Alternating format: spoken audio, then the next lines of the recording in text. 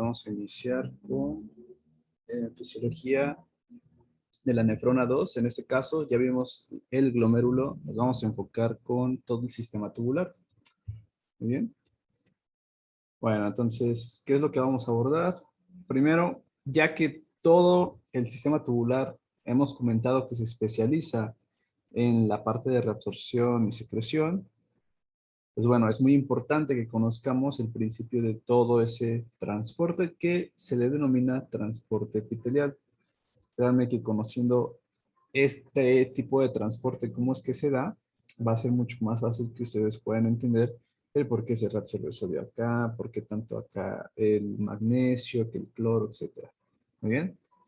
Ya después de esta introducción, por así decirlo, que es el principio físico, nos vamos a ir con cada parte del sistema tubular, túbulo proximal, asa de Henle, túbulo distal, túbulo colector, y qué es lo que le vamos a estudiar a cada uno de estas porciones. Primero vamos a dar un recordatorio general, por así decir, una descripción general, es decir, a grandes rasgos cuáles son sus funciones de cada segmento, y ya de ahí vamos a ir en cada apartado. Primero, reabsorción, después secreción, después otras funciones, y ya entrando en la parte clínica, vamos a ver algo que se llama tubulopatía. Para cada segmento hay una tubulopatía característica, tubulopatía, y hay fármacos que se utilizan para inducir la orina, que se llaman diuréticos, y en este caso, nuevamente, para cada segmento tenemos un diurético característico y un diurético. ¿Bien? Es lo que le vamos a estudiar a cada segmento. Entonces vamos a iniciar con el principio general de todo esto, que es el transporte epitelial. Muy bien. Como recordatorio, al ser esto un tejido epitelial, hay que recordar ciertas características de cómo es que interactúan entre ellas.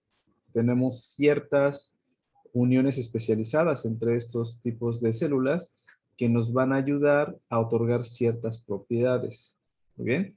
En primera instancia, recordar que lo que nosotros queremos en un túbulo es que la interacción entre células sea hasta cierto punto hermética para que no deje pasar cualquier cosa.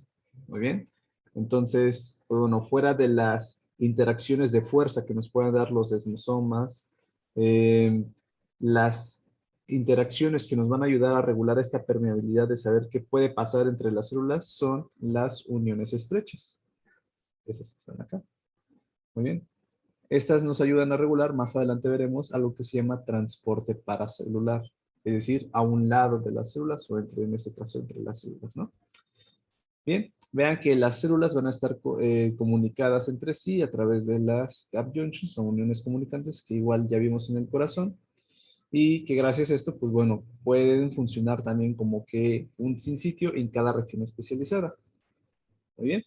Y ya por último, vean, acá en la imagen les muestro que cada segmento tubular tiene una histología distinta. No vamos a ahondar en ello, solamente recordarles que entre más compleja sea la función, pues su estructura va a ser de la misma forma, ¿no? Más compleja. En este caso, recordemos que todo el túbulo proximal, dijimos que su principal función está especializado en la reabsorción prácticamente de todo. Por lo tanto, si yo quiero una superficie efectiva de absorción, ocuparé una superficie mayor para que yo tenga pues mayor capacidad para. Y entonces pues vamos a tener todo un epitelio ciliado. ¿Ok? Y vean cómo se ve. Bueno, aquí no se ve mucho, pero vean aquí es el borde de cepillo. Y vean, conforme va avanzando, este borde de cepillo se va perdiendo, ¿no? Incluso las células de iniciar tal vez en una conformación cuboidea, después se va haciendo un poco más sencilla, haciéndose un epitelio plano, y en algunas regiones, pues bueno, se puede hacer hasta cilíndrico, ¿no? ¿Y de qué depende? De la especialización en este caso. Hablemos, por ejemplo, del asa de Henle. Vean que casi no tenemos cilios porque en la parte fina no está especializada en reabsorber solutos, solamente agua. Mientras que si nos vamos ya con la parte ascendente gruesa, vean cómo de este epitelio plano pasa a ser un poquito más especializado. Y se va a centrar pues ya un poquito más en la parte de reabsorción. Bien, y vemos que entre más distal nos vamos, pues vamos a tener ciertas modificaciones hasta que en la parte ya de conexión del túbulo colector medular hacia el túbulo colector excretor, que es la parte del conducto de Bellini, prácticamente tenemos un epitelio sin modificaciones que solamente va a funcionar como una vía de salida, ya no va a necesitar reabsorber nada, ya no va a necesitar secretar nada, solamente funciona como una vía hermética de salida porque ya justamente es lo que va a salir como orina. Muy bien, entonces, pues a grandes rasgos, piensen que cada tipo de célula va a estar especializada de acuerdo con sus necesidades. Muy bien.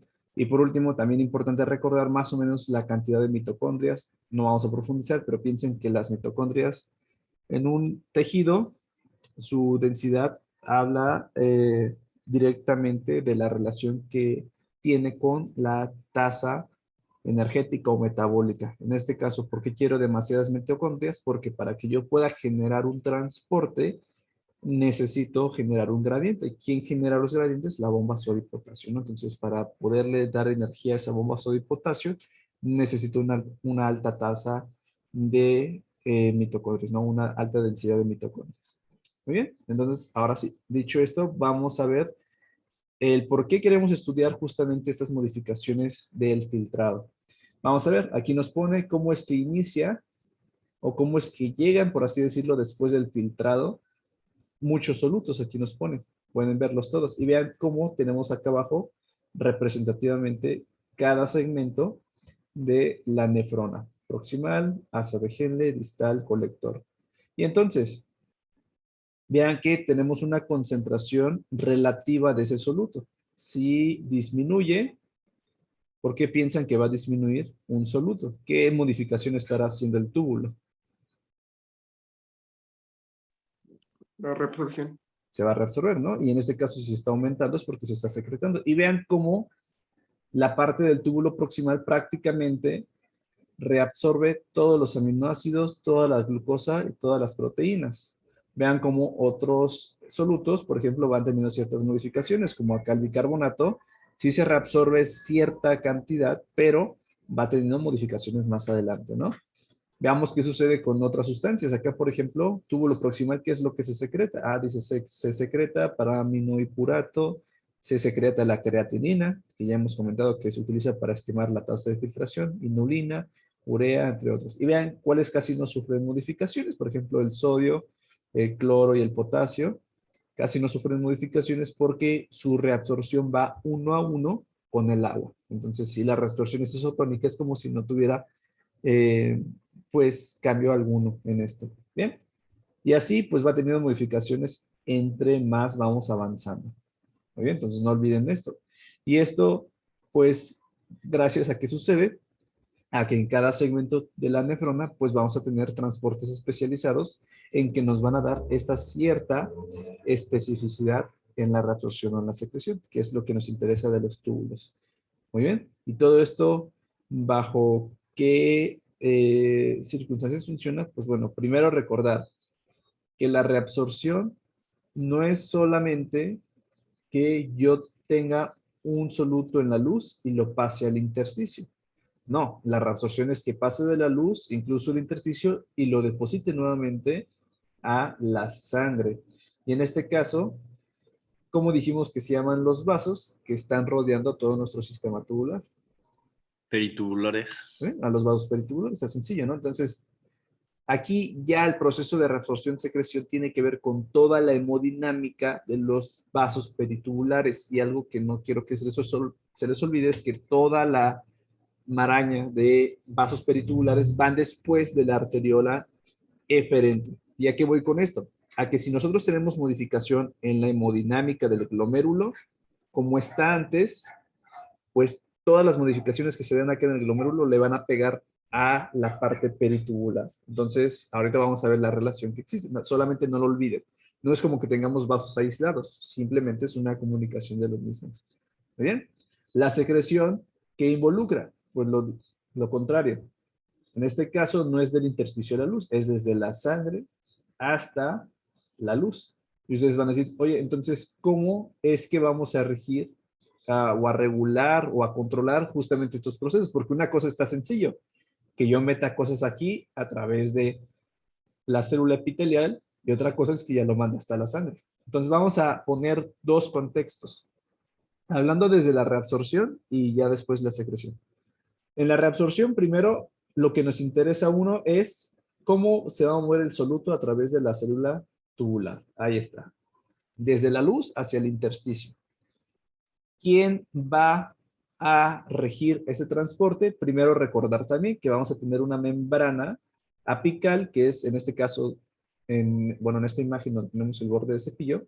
Una cosa es que entre a la célula a través de la luz y otra cosa es que salga de la célula a través de la membrana vasolateral. Entonces aquí nos interesan los dos tipos de transporte que vamos a estar involucrando acá. Y esto, pues, ¿de qué depende? Transporte a través de la membrana, que vamos a retomar ahí algunos conceptos. Y una vez que esté en el intersticio, ¿cómo es que pasa a la sangre? Bueno, aquí va a pasar gracias a las fuerzas de Starling. Esas mismas que hemos estudiado, yo creo que en toda la fisiología, ¿no? Que presión hidrostática, que presión oncótica, esas son las que rigen. Entonces, no olvidar, primero tenemos transporte a través de la membrana, de la luz hacia el intersticio, recordando que tenemos dos membranas que atravesar, y la otra es que del intersticio a el flujo sanguíneo, quien regula el transporte para allá son las fuerzas externas. Entonces, nunca olvidar eso. ¿Muy bien? Y la secreción, pues es lo contrario. Fuerzas de Starling, del vaso al intersticio, transporte tubular del intersticio a la luz tubular. Muy bien, sí queda claro entonces quiénes van a estar participando en cada parte, por así decirlo, atravesando la barrera. Sí, Fer. Muy bien. Bueno, entonces nos vamos a enfocar primero, o nos vamos a enfocar demasiado primero en la parte del transporte a través de la membrana, que es el principal. Muy bien. Bueno, y antes de pasar a todo ese transporte de la membrana, solamente hacer un recordatorio en cuanto a las fuerzas de Starling que van a estar participando acá. Ya hemos visto los valores que tenemos a nivel del glomérulo. Ahora veamos qué valores vamos a tener a nivel de los capilares peritubulares. Muy bien, fácil, vamos a tener una presión hidrostática de ¿cuánto? De 10 a través del capilar. Muy bien. Una presión oncótica de ¿cuánto? Una presión oncótica de 30. ¿Ok? Y por último tenemos una presión hidrostática en el intersticio, acá, una presión hidrostática de 20. Muy bien. Entonces de aquí recordar, vamos a tener la presión de reabsorción, presión neta de reabsorción. ¿Y a qué va a ser igual esta? A las que favorecen la reabsorción y a las que impiden la reabsorción. Ya dijimos de dónde va la reabsorción. La reabsorción va del intersticio a el vaso sanguíneo. Por lo tanto, ¿cuál de estas tres presiones son las que favorecen a la reabsorción?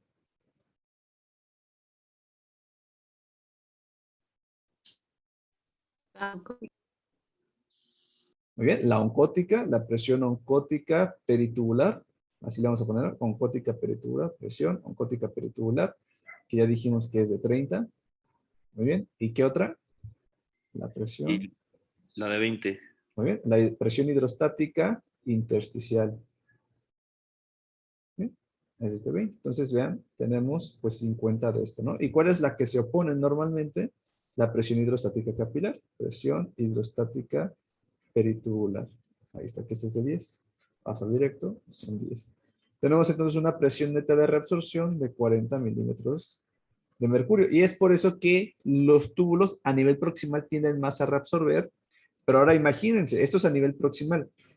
Imagínense qué sucedería una vez que el túbulo reabsorbe mucho soluto, mucha agua. ¿Cómo se modificarían esas presiones? ¿Cuál tiende a incrementar?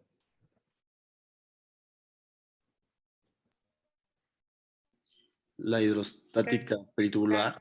Muy bien, la hidrostática peritubular, porque una vez que toma mucha agua, la hidrostática peritubular en segmentos, por así decirlo, más avanzados, ya está más cargada. Y entonces ya dijimos, esta se opone a la reabsorción. Es por eso que el túbulo proximal, además de todas sus cualidades que más adelante vamos a ver, es una de las razones por las cuales apoya esta principal función, que es la reabsorción de prácticamente todo, ¿no? La mayoría de cosas. Muy bien.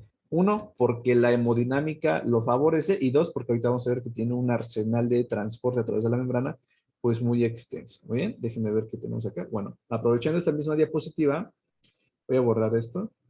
Vamos a ver la relación que existe entre la modificación del glomérulo con la modificación de la presión neta de reabsorción. Entonces les dije, como los capilares peritubulares están después del glomérulo, todo lo que le pasa al glomérulo puede repercutir en lo que va a estar más adelante. Veamos, por ejemplo, ¿qué creen que suceda si yo genero una vasoconstricción en la arteriola eferente? ¿Qué va a pasar o qué se modificaría en la parte peritubular? ¿Qué diría? Aumento de resistencia, Disminuye el flujo. disminuye el flujo, por lo tanto disminuye la presión hidrostática. Y si yo disminuyo esta, ¿cuál sería el efecto global? Menor reabsorción. A ver, aquí vamos a poner acá nuevamente la presión neta de reabsorción es igual a las que favorecen, que dijimos que es la oncótica peritubular y la hidrostática intersticial. Y las que se oponen es la presión hidrostática peritubular. Si nosotros disminuimos la hidrostática peritubular, ¿qué pasará con la presión? Aumenta la Aumenta, presión. ¿no? Entonces Aumenta. tiende a reabsorber un poco más con esta modificación. Y tiene sentido, ¿no? Porque imagínense, ya hemos comentado qué pasaría con el glomérulo normalmente. Si yo aumento la resistencia de la eferente, ¿qué va a pasar con el glomérulo? ¿Va a filtrar más o va a filtrar menos?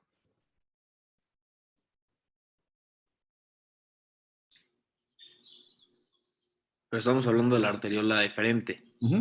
Supongamos que yo la cierro acá, o bueno, genero vasoconstricción. ¿Filtrará más o filtrará menos? Más. Más. Al inicio filtra más, ¿no? Muy bien, filtra más. Ahora imagínense, si yo estoy filtrando más, ¿qué tendría que hacer mi túbulo proximal para compensar todo eso que se está filtrando de más? Reabsorber más. Reabsorber más. Entonces, vean, a esto se le llama, a esta relación de 1 a 1 con la filtración junto con la reabsorción, se le llama retroalimentación. No, miento. Ya les iba a poner el concepto pasado. Y es justamente lo que les iba a decir, que no se confundieran como ahorita me confundí. Se le llama equilibrio glomérulo tubular. Y es muy distinto, o es diferente, ahora sí, a la retroalimentación túbulo glomerular. Acuérdense, casi el nombre nos dice de dónde va a ir. Aquí nos dice retroalimentación túbulo glomerular. Se censa en el túbulo y finaliza con el glomérulo. Acá no es equilibrio glomérulo tubular. Es decir, todo, acuérdense, equilibrio siempre es lo que entra es igual a lo que sale. En este caso, lo que entra en el glomérulo tiene que ser igual o compensado por la parte, en este caso, que va a reabsorber a través del túbulo. ¿Me explico? Entonces, a este fenómeno se le llama equilibrio glomérulo tubular y depende de los factores peritubulares, que es lo que acabamos de comentar, de la hemodinámica, pero también hay una relación con los factores luminales o de las células ciliadas en este caso, ¿no? Que más adelante comentaremos. Pero bueno, el mensaje global de esto es que si yo modifico nuevamente la hemodinámica glomerular, modifico lo que está después, es decir, modifico la peritubular. Muy bien. Entonces vamos a ver si quedó claro. Voy a borrar nuevamente esto. Y vamos a poner otro ejemplo. ¿Qué va a pasar entonces si yo genero, vamos a ver si apoyamos esta teoría, ¿no? ¿Qué pasa si yo genero vasodilatación aferente? Abro acá. Primero, ¿qué va a pasar con la filtración? Va a Disminuir. Muy bien, la tasa de filtración glomerular disminuye. Entonces, ustedes están filtrando menos, por así decirlo. Muy bien, vamos a ver qué pasa con la hemodinámica peritubular. ¿Qué modificaríamos? Aumenta la presión hidrostática Hidrostática peritubular. peritubular. Muy bien, Disminuye. aumenta la presión hidrostática peritubular. Ahí está, incremento esta. Por lo tanto, ahora imagínense, si yo estoy filtrando menos, ¿qué pasaría si yo estuviera filtrando igual que antes? Pero reabsorbiendo igual que antes. Si yo filtro menos, ¿qué pasaría si yo sigo reabsorbiendo igual que antes de la modificación? Quedaría todo bien seco, ¿verdad? ¿Están de acuerdo? Entonces, para que yo no me quede completamente sin nada de líquido dentro del túbulo, ¿qué tendría que hacer? Disminuir la reabsorción. Disminuye la presión oncótica. Muy bien, entonces si yo disminuyo la reabsorción, va a ser gracias a que incremento la presión hidrostática capilar peritubular. Muy bien, entonces no sé si sí queda claro esta parte de las modificaciones en el glomérulo le pegan a lo peritubular. ¿Qué dicen? Sí, Fer. Sí, muy bien, entonces no lo olviden, ¿ok? Entonces ya hemos visto, vean, esta parte de acá, de aquí a acá. Ahora nos vamos a centrar en esto de aquí a acá. Esto es sencillo, son fuerzas de Stirling. Muy bien. Ahora, nada más no olviden que el camino sigue. Así, esto fue la parte del túbulo proximal. Y sí, tiende a modificarse un poco más con la parte de entre más distal nos vayamos. Pero lo importante es aquí, ¿no? Que dijimos que nos interesa más la reabsorción. Bien, entonces vamos a enfocarnos ahora con el transporte a través de la membrana. Para esto, rapidísimo un recordatorio de cómo es que se clasifica este. Bien, este puede ser pasivo o activo dependiendo de el gasto energético a través de la hidrólisis de ATP. Muy bien. ¿Y por qué hago énfasis en esto de que sea a través de la hidrólisis de ATP? Porque ambos, al final de cuentas, utilizan energía. O sea, pues ya sea energía a través de hidrólisis o energía a través de, pues, la propia energía cinética, ¿no? El movimiento de las moléculas. Entonces, siempre que clasifiquemos de activo o pasivo, tiene que ver si hidroliza o no ATP, que es pues la molécula energética, ¿no? Muy bien, vamos a ver primero el transporte pasivo. Este puede ser sin ayuda de nada, es decir, a través de la membrana, sin, pues, a través de los fosfolípidos. Ahí está. ¿Qué es lo que va a entrar? Normalmente van a entrar gases y moléculas, pues, liposolubles. Pero, pues, en el riñón casi no lo utilizamos porque, pues, no tenemos. Uno, no es como que sea el pulmón para que tenga que atravesar tantos gases, ¿verdad? Ahorita vamos a ver cuándo sí puede atravesar un gas. Y sustancias liposolubles, pues bueno, lo pueden ocupar ciertos lípidos, ciertas hormonas de carácter lipídico, pues bueno, lo utilizan, ¿no? Y aquí, para que vean que incluso los libros luego se equivocan, aquí les puso difusión facilitada, pero no, es difusión simple. ¿Y quién rige al transporte pasivo? Un gradiente de concentración. Es decir, va a ir de más a menos. ¿Muy bien? De mayor concentración a menor concentración. Entonces, ya tenemos las dos características principales de un transporte pasivo. No realiza hidrólisis de ATP y gracias a la energía cinética se mueve de mayor a menor concentración. Este puede ser sin ayuda de nada a través de la membrana lipídica, fosfolípidos, que pasan gases o sustancias liposolubles. Pero también puede ser ayudado o potencializado por una proteína transmembrana. Y esas proteínas transmembrana pueden ser de tres tipos. Podemos tener canales iónicos. Un canal iónico, piensen que es pues como una dona, pero que tiene una compuerta y se abre y se cierra, se abre y se cierra, y se va a abrir y se va a cerrar dependiendo de los estímulos, ¿no? Acuérdense que pueden ser un voltaje, una sustancia química, lo que lo puede abrir, o incluso un factor mecánico también puede abrir canales, ¿no? En segundo lugar, piensen que tenemos una dona, pero ahora sin nada de compuertas. Eso es un poro, ¿no? Claro ejemplo del transporte del agua, las acuaporinas que comentamos en un principio en la inducción. ¿Qué acuaporinas vamos a tener aquí? Acuaporina 1, acuaporina 2, 3 y 4. ¿Ok? 3 y 4 están inducidas por hormona antidiurética. Acuaporina 1 es la que prácticamente está constitutiva en las primeras porciones de los túbulos. Muy bien. De los canales iónicos, algunos ejemplos, por ejemplo, el transporte de el calcio, del magnesio en el túbulo distal, y ahí es donde se pueden utilizar ciertos canales. Canales epiteliales de sodio en la parte más distal también. Así es como se puede transportar. Muy bien. Y por último, a través de la difusión simple que ocupa un transportador.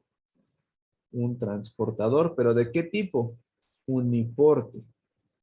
Es decir, solamente mueve las moléculas hacia un solo sitio. A este transporte también se le llama facilitador. Y por lo tanto es una difusión, aquí vean cómo invirtieron los conceptos, ya que es una difusión facilitada. ¿Cuál es la diferencia de esta proteína con el resto que hemos comentado? Esta ya no es una dona. Esto es, piensen que como si fueran sus nudillos, júntenlos y piensen que van a hacer cambios conformacionales. Este nunca va a dar una vía continua donde se vean, donde quieran ver a través de este. Por eso les digo, no es una dona. Y entonces, ¿cómo funcionan estos? Piensen que si juntan sus nudillos van a hacer esto. Agarro soluto, lo paso al otro lado. Agarro soluto, lo paso al otro lado. Agarro soluto, lo paso al otro lado. Y vean cómo sus nudillos justamente caen como en granos. ¿Está bien? Entonces, así funciona un transportador. Y esos transportadores no son específicos para el transporte pasivo. Pueden estar también en el activo y ahorita los vamos a comentar. Pero los que participan en el transporte pasivo son los uniporte o facilitadores. ¿Muy bien? Bueno, vamos ahora con el transporte activo. Vean que este también puede ser mediado por proteínas. Muy bien. Pero también puede ser a través de vesículas, porque toda la maquinaria de vesículas, pues bueno, también utiliza energía a través de la hidrólisis de ATP, porque tiene que participar moléculas acarreadoras como la adeneína, la cinesina, etcétera, ¿no? Entonces, el transporte vesicular es importante en el túbulo proximal, más que nada. A veces se pueden filtrar ciertas proteínas, que no es lo común, pero una cierta carga proteica sí se puede filtrar, pero se reabsorbe por totalidad en el túbulo proximal y no tiene por qué aparecer en la orina. ¿Muy bien? Entonces, ocupa transporte vesicular. ¿Muy bien? Pero el más importante en el que nos vamos a centrar nuevamente, transporte mediado por proteínas. Y este se puede subclasificar. ¿En qué? Transporte activo primario o transporte activo secundario. ¿Cuál es la diferencia entre uno y otro? Que el primario es que esa proteína tiene actividad adipasa, por lo tanto realiza la hidrólisis de ATP. Son prácticamente todas las bombas.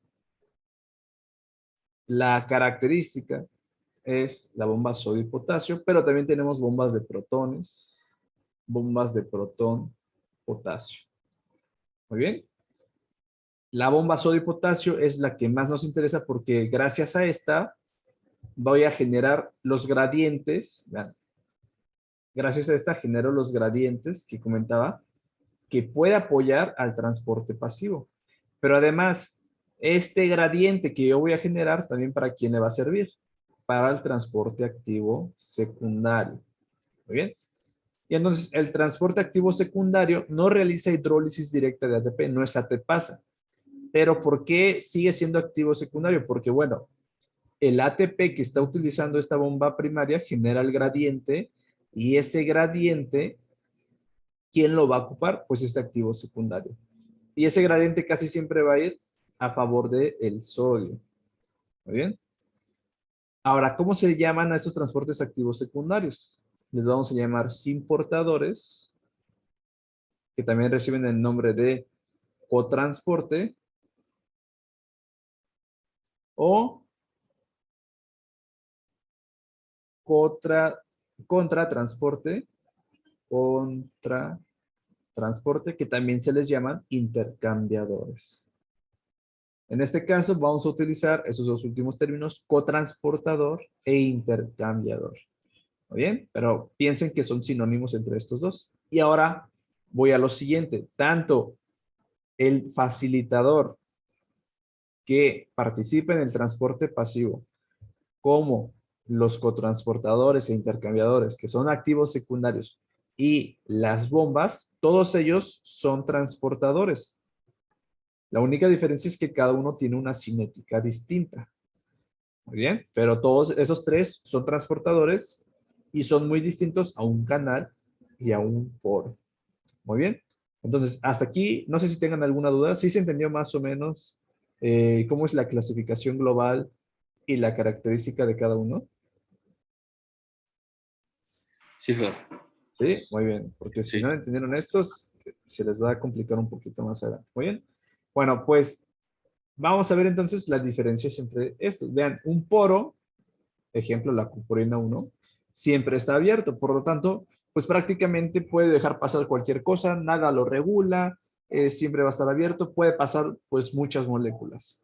Un canal pues está abierto temporalmente, depende de los estímulos, ya hemos comentado, ese se puede cerrar, se puede abrir, entonces sí pasan muchas, pero depende de un ciclo de abierto y cerrado.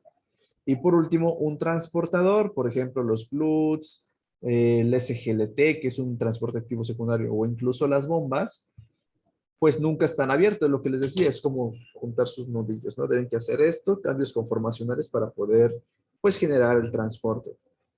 Ahora, estos, vean que la parte de moléculas que pueden transportar, pues acá son demasiadas y aquí está muy limitada. O sea, en un segundo pueden pasar de 200 hacia 50,000. El número no es tan importante, solamente para ponerlos en contexto.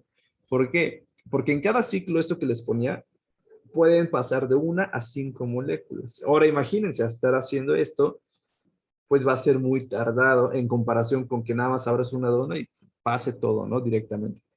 Entonces, pues bueno, piensen que estos transportadores realmente están muy, pero muy regulados, son los más regulados. En segundo lugar, en regulación son los canales. Y los poros, pues prácticamente son los que menor capacidad de regulación tienen, ya que pues no los puedo abrir y no los puedo cerrar. ¿Muy bien? Ya que los principales que vamos a ver muchos son los transportadores, eso que les digo que son los más regulados, hay que hablar más o menos de su cinética. ¿Bien? Aquí nada más les pongo la clasificación que ya hemos comentado, cuando va hacia un lado, hacia ambos lados, y cuando va hacia lados contrarios. Pero bueno, ¿qué es la cinética de un transportador? Es más o menos cómo trabaja. ¿Y por qué es importante considerar? Por lo siguiente. Ustedes vieron ya en bioquímica que la cinética de una enzima depende de algo llamado constante de Michaelis, ¿no? Y que dependiendo de qué tanto sustrato tenemos, pues esas incluso se pueden llegar a saturar. Lo mismo sucede con un transportador. Piensen que un transportador tiene como que un umbral para estar trabajando bien. Sin embargo, si nosotros le empezamos a meter más soluto, que es para que lo pueda transportar, su capacidad, pues bueno, pues no es como que se puede incrementar más, no es como que tú le estés metiendo y empieza a funcionar más, no. Esos transportadores se saturan y una vez que se satura, pues por más que tú quieras reabsorber quizás algo, pues ya no se va a poder reabsorber.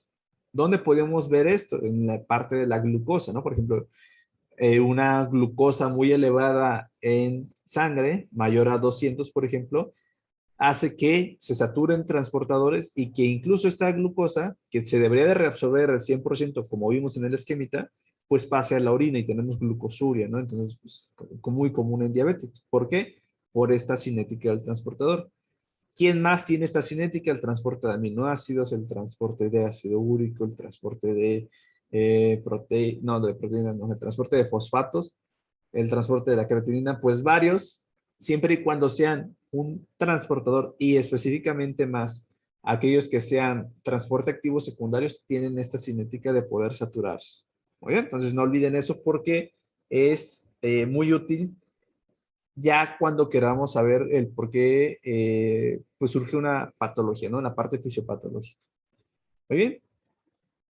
Entonces, ¿hasta aquí alguna duda? ¿Sí queda claro entonces de todos los mecanismos que tenemos para que una molécula pueda atravesar la membrana? Sí, Fer. Todo claro.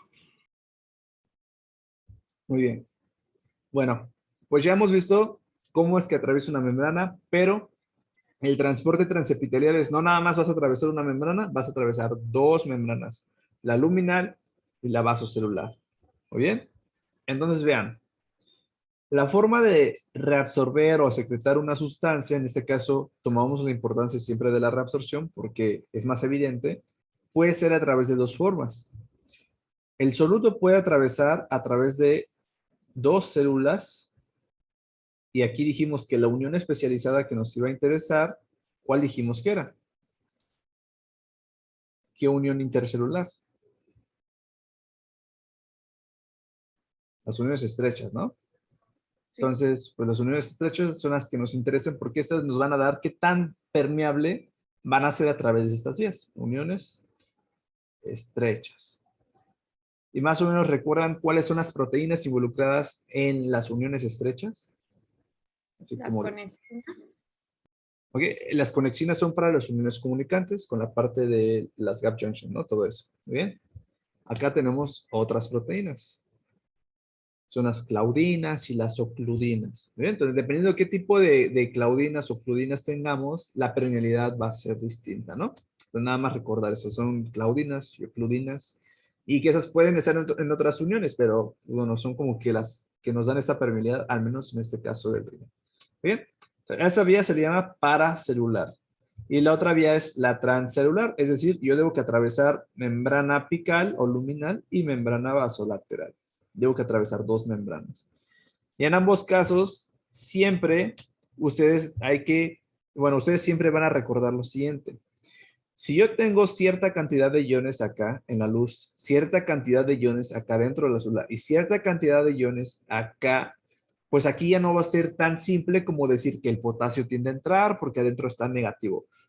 Los gradientes que se van a estar generando, los gradientes eléctricos que se van a estar generando son distintos porque depende de qué es lo que estemos comparando. Acuérdense que un gradiente es eso, comparar, ¿verdad? Una diferencia. ¿De dónde a dónde? Pues tendría que ir. Y entonces para esto vamos a tratar de entender lo siguiente. Vean, el transporte ya dijimos, puede ser a través de las uniones estrechas o las ocludens. De aquí viene lo de claudina y ocludina, ¿verdad? Es la vía paracelular.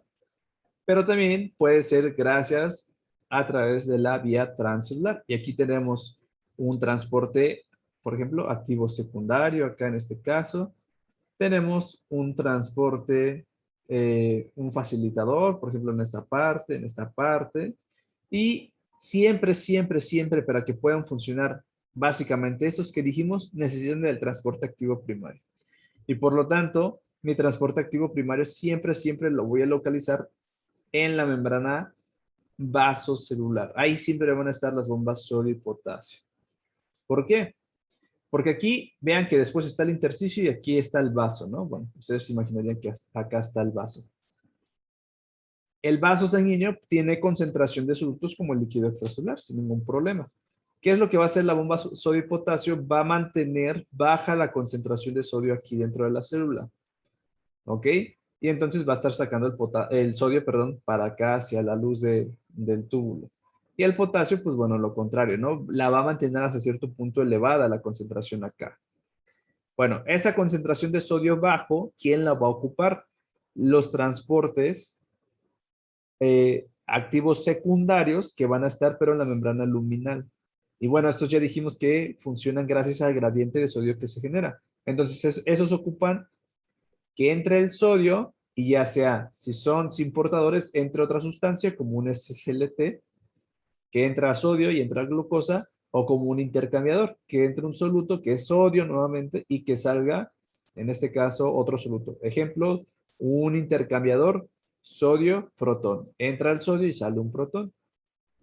Si yo bloqueo la bomba sodio y potasio, ya prácticamente nada se reabsorbe, más lo que sea por transporte pasivo, que pues depende nada más de su gradiente.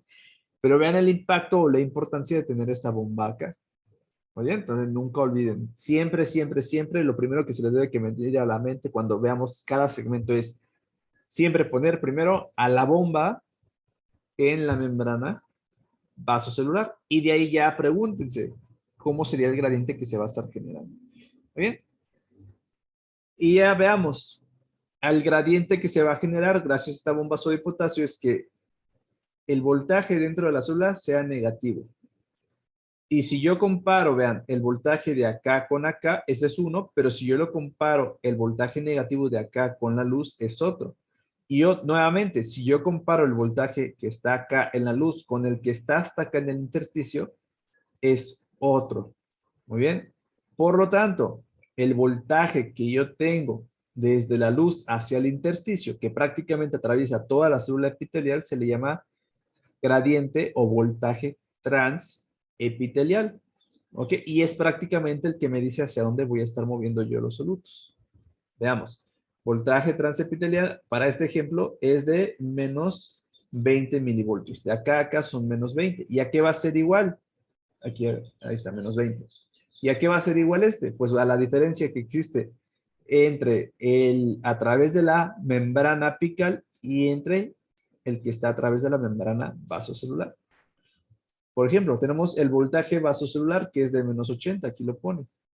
Prácticamente se parece al de membrana de reposo, ¿no? Pero vean, como aquí yo tengo en la luz, pues varios solutos, se puede modificar este otro. Y aquí poner ejemplo de menos 60. Muy bien, entonces yo hago la diferencia y el voltaje que al final de cuentas va a regir de uno a otro lado, pues es de menos 20. Muy bien. ¿Y eso por qué es importante? Bueno, supongamos lo siguiente. En primera instancia, porque ya dijimos que puede favorecer la reabsorción de ciertos solutos a través de la membrana. Por ejemplo, a través de la membrana me interesaría más o menos este, ¿no? Que está acá. Si es negativo mi voltaje, ¿a quién creen que favorezca? ¿O qué reabsorción va a favorecer? ¿De qué tipo de solutos?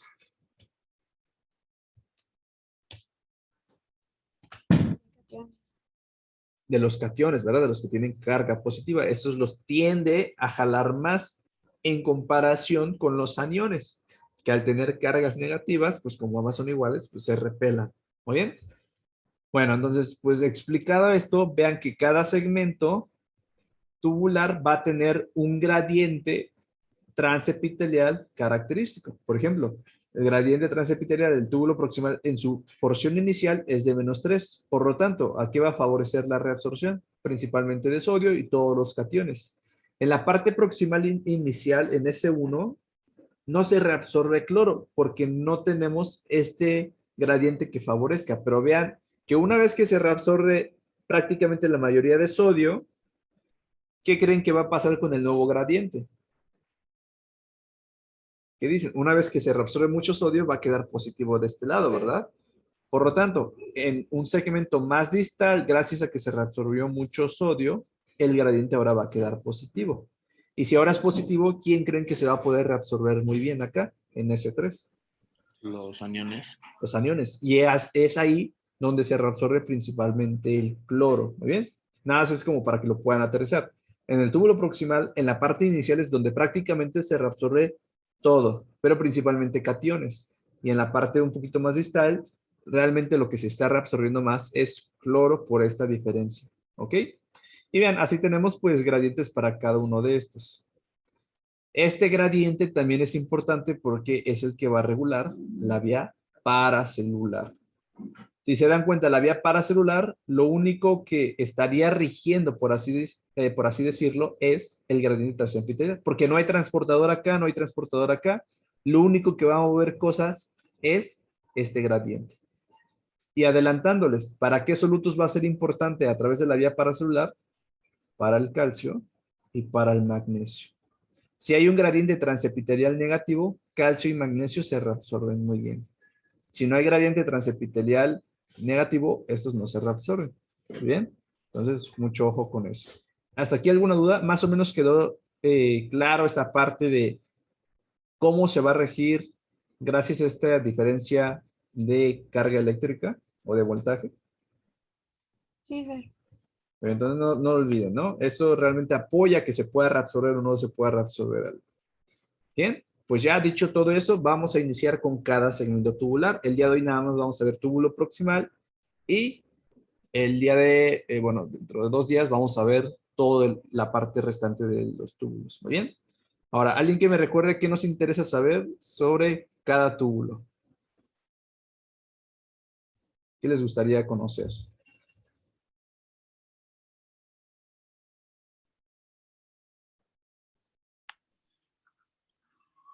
La reabsorción y secreción. ¿Bien? ¿Qué se reabsorbe? ¿Qué se secreta? Acuérdense. ¿Qué se reabsorbe? ¿Qué se secreta? ¿Qué otras funciones extra tienen que no sea reabsorción y secreción? Y ya de ahí nos vamos con la parte clínica, ¿no? ¿Qué diurético actúa aquí y qué tubulopatía tenemos acá?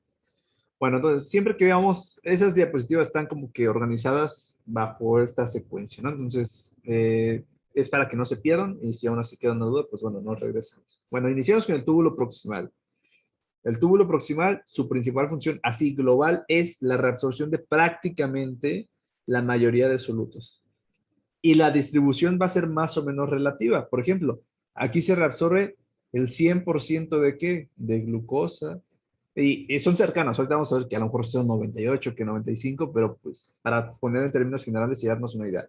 Glucosa, aminoácidos, proteínas. Más o menos un 80% de ¿qué? Del fosfato. También más o menos un 80% de bicarbonato. Un 80% incluso hasta del propio sodio. Bueno, el sodio es más o menos como 65 a 70, no, pero más o menos. Si quieren lo ponemos así, de 65 a 80. Es decir, la mayoría, pero no todo, es fosfato, del sodio, el bicarbonato, del cloro, del potasio. Muy bien, pues prácticamente por la mayoría acá. Y pues ya en menor cantidad, pero todavía pues reabsorbiendo, que el calcio, que el magnesio. Muy bien, ya que estos tienen un sitio principal de reabsorción un poco más distal, pero todavía se sigue reabsorbiendo. Muy bien. Bueno, ya vimos la parte de soluto, ¿no? Vamos ahora con la reabsorción por parte del agua. Acuérdense que para reabsorber agua yo necesito acoporinas. Muy bien. En este caso la acoporina presente es la acoporina 1, que es la constitutiva, también se le denomina así porque prácticamente pues la encontramos a lo largo del túbulo proximal. No está regulada, siempre está ahí. Y entonces para yo reabsorber agua ya tengo por dónde. Y ya dijimos, para mover nosotros agua necesitamos un soluto que sea efectivo. En este caso el soluto efectivo es el sodio. Entonces la pregunta sería, ¿qué tanto se va a reabsorber de agua? Pues lo mismo que se reabsorbe de sodio, aproximadamente un 65 hasta un 70%. ¿Y la reabsorción de qué carácter es? Es decir, la relación entre agua y soluto, ¿cómo va a ser? Bueno, pues va a ser 1 a 1, por lo tanto la reabsorción es de tipo isotónica o isosmótica, mejor, vamos a poner isosmótica, porque la relación es 1 a 1 con el sodio, que es el que más nos interesa. ¿Muy bien? Entonces ya prácticamente tenemos la reabsorción. ¿Qué se secreta aquí en el túbulo proximal? Bueno, secretamos protones. Aquí es una parte importante para la secreción ácida del organismo, para la orina principalmente. ¿Qué otra cosa se secreta aquí? Algunos ácidos y bases orgánicas. Ejemplos, algunos fármacos, la parte de la creatinina también se secreta aquí y muchos otros que vamos a ver a continuación, ¿no? Pero de entrada, importantes, al menos de forma global para el riñón, la creatinina y fármacos aquí se secretan. Muy bien. Y lo siguiente, ¿qué funciones especiales tenemos? Funciones especiales, por así decirlo. Que aquí en el túbulo proximal se va a dar la activación de la vitamina D3. ¿Ok? Ya dijimos que aquí se activaba. Aquí no se sintetiza, pero aquí es donde se activa y esta vitamina D3 tiene que ver con la regulación del calcio del cuerpo. ¿Qué otra función extra tenemos aquí en el túbulo proximal? Algo que se llama proceso de amoniogénesis. Aquí se sintetiza amonio. ¿Y para qué yo quiero amonio? De forma global. Piensen que aquí yo estoy secretando este protón. Y si yo dejo ese protón solito, me puede generar daño. Entonces lo que yo quiero es juntar ese protón con una sustancia para que una vez que se junten ya no me genere daño. Y una de esas sustancias es este amonio que se va a sintetizar acá. ¿Bien? Entonces son las dos principales funciones especiales, por así decirlo, del túbulo proximal. ¿Bien? Y pues ya, vamos a tratar de explicar cada uno de estos. Vamos a iniciar con la parte de la reabsorción y nos vamos a enfocar en el sodio y el agua. Siempre les voy a poner más o menos una imagen de este tipo para que vean qué porcentaje se reabsorbe en cada segmento. Y ya hemos comentado, en el túbulo proximal prácticamente se reabsorbe del 65 al 70% del sodio y agua de forma isotónica, es decir, una relación 1 a 1. Para explicar la reabsorción del sodio realmente es compleja, pero lo vamos a dividir nada más en dos partes, o en incluso tres partes, pero dos son las más importantes. Muy bien. La reabsorción del sodio puede ser, uno, a través de un intercambiador, y 2 a través de un simportador, un simporte. ¿Cuál es el más importante? El intercambiador. ¿E intercambiador cuál? Es el sodio protón, que también recibe el nombre del NHE3. NHE3. Ajá. Es el intercambiador sodio, protón, y pues el tipo pues es el 3. Muy bien. Ahora, este transportador prácticamente es el que me da la mayoría, es el más importante, nada más recuerden eso, es el más importante y ahorita vamos a ver el mecanismo.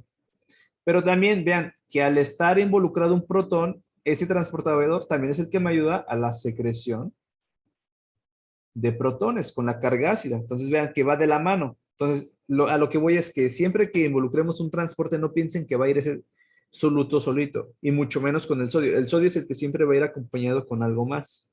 Entonces en este caso, esta reabsorción del sodio que es más importante va con la función acoplada de la secreción de protones o la carga ácida que vemos acá.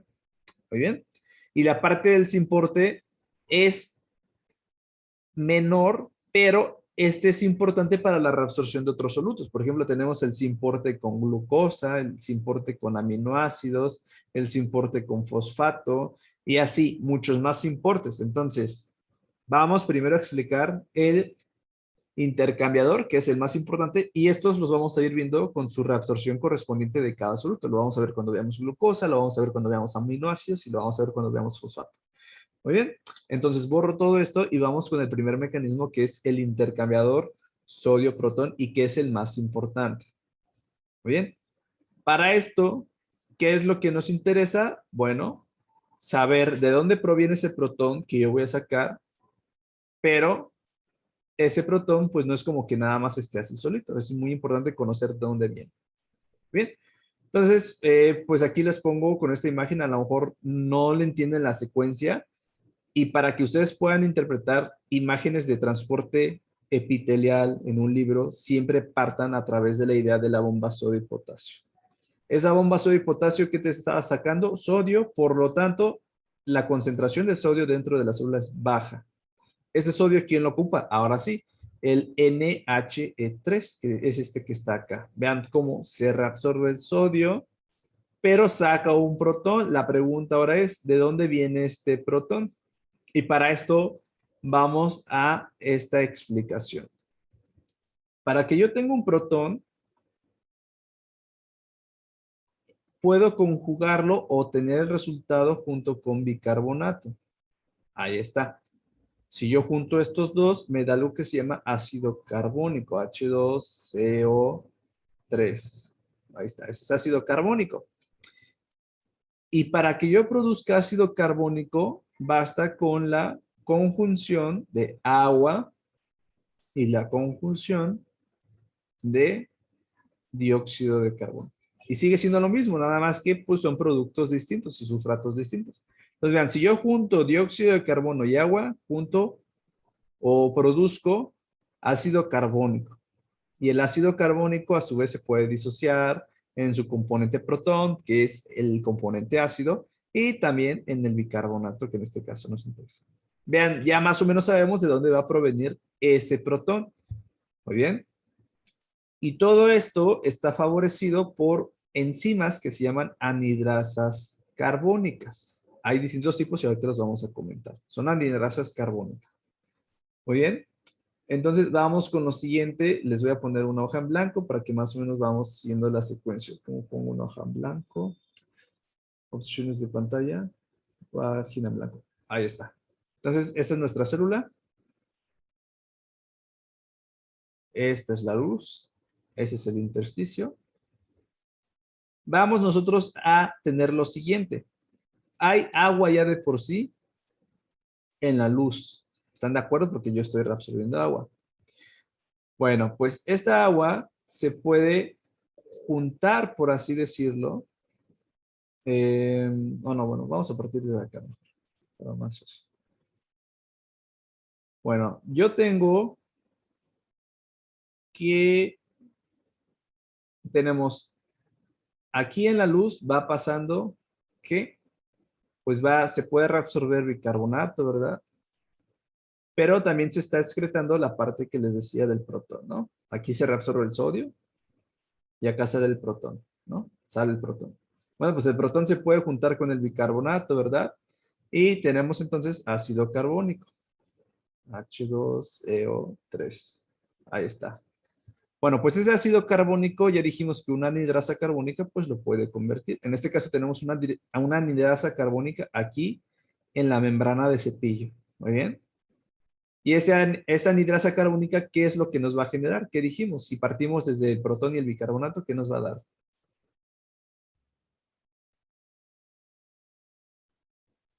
¿Qué Ácido dicen? carbónico. Ok, bueno, si disociamos el ácido carbónico, ya para el otro lado, Protón y bicarbonato, ¿no? Otra vez. Agua y dióxido de carbono. muy bien, agua y dióxido de carbono, entonces nos va a dar agua, ahí está, y el agua se puede reabsorber sin ningún problema a través de la célula, y la otra era el dióxido de carbono. El dióxido de carbono es un gas, y como un gas puede atravesar la membrana sin ningún problema. Y ojo, ya tenemos el dióxido de carbono adentro de la célula. Ese dióxido de carbono, ¿con qué se va a juntar? Bueno, pues dentro de la célula también hay agua. Y si yo junto estos dos, nuevamente voy con ácido carbónico, pero ahora dentro de la célula. H2CO3. Muy bien. Y nuevamente, este H2CO3, a través de otra anhidrasa carbónica, pero esta vez intracelular, es decir, esta estaba incrustada en la membrana de cepillo y esta está dentro, soluble, en el citoplasma. Ahora sí, hacia el otro lado, este ácido carbónico que nos va a dar.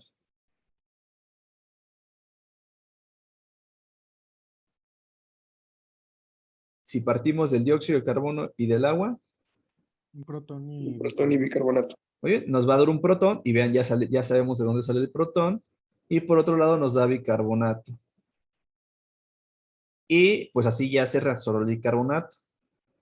Entonces, todo este mecanismo, ¿cuál es el efecto global? Vamos a ponerlo con color verde. Efecto global. El efecto global es que yo reabsorbo la mayor cantidad de sodio. Reabsorbo sodio. Mucho sodio. Secreto protones, pero vean qué se está a su vez generando. Se está reabsorbiendo bicarbonato. Entonces, este mecanismo prácticamente involucra tres procesos: reabsorción de la mayor parte de sodio, secreción de la carga ácida por los protones, pero reabsorción de bicarbonato. Muy bien. Entonces, no sé si quedó claro más o menos esta explicación. ¿Sí lo entendieron? Así. A veces es complicado porque no sabemos de dónde va que el ácido carbónico acá. Piensen que son pues modulaciones alostéricas, que no me quiero meter mucho con eso porque tiene que ver con toda la cinética de enzimas, ¿no? Pero dependiendo de qué sustrato tengo más yo, el producto va a ser distinto. Muy bien, y es por eso que tenemos estas distintas combinaciones. ¿Por qué acá, por ejemplo, partimos del protón y del bicarbonato y acá por qué partimos del dióxido de carbono y del agua? Ah, porque acá yo tengo mayor cantidad de protón porque lo estoy secretando y porque prácticamente el bicarbonato que está entrando por el filtrado pues es mucho mayor. Bien, entonces pues los tomo, anhidrasa carbónica del borde del cepillo, ¿ok? Que es la anhidrasa carbónica tipo 4. Genero agua, el agua pues se reabsorbe sin ningún problema y vean que el dióxido de carbono al ser un gas atraviesa directamente a la célula. Tengo yo dióxido de carbono, lo junto con agua, otra vez ácido carbónico y gracias a la anhidrasa carbónica, pero ahora la tipo 2, y ahorita déjenme checar, si no es que las estoy invirtiendo. Esta anhidrasa carbónica, ¿qué me genera ahora? Bicarbonato, que este lo reabsorbo, ahorita les voy a decir cómo se llama el transportador, y el protón lo mando con el intercambiador. Y vean, eso es un ciclo, y este ciclo me ayuda a reabsorber la mayor cantidad de sodio, a secretar una carga ácida y a reabsorber bicarbonato. ¿Bien? ¿Cómo dijimos que se llama el intercambiador? Ese sí no se les debe que olvidar. HNE3. NH3. Muy bien, NH3. De sodio, protón y el tipo pues 3, ¿no? Epitelial, tipo 3, ahí está. Otra cosa, los transportadores realmente tienen una nomenclatura que a lo mejor suena un poco complicada, pero siempre está involucrado lo que van a hacer. Bueno, y ahora la reabsorción de este bicarbonato se va a hacer, por así decirlo, en apoyo con el sodio, o sea, el sodio va a entrar, y ese transportador se llama NBCE1. Sodio, bicarbonato y el tipo epitelial 1, NBCE1. ¿Bien?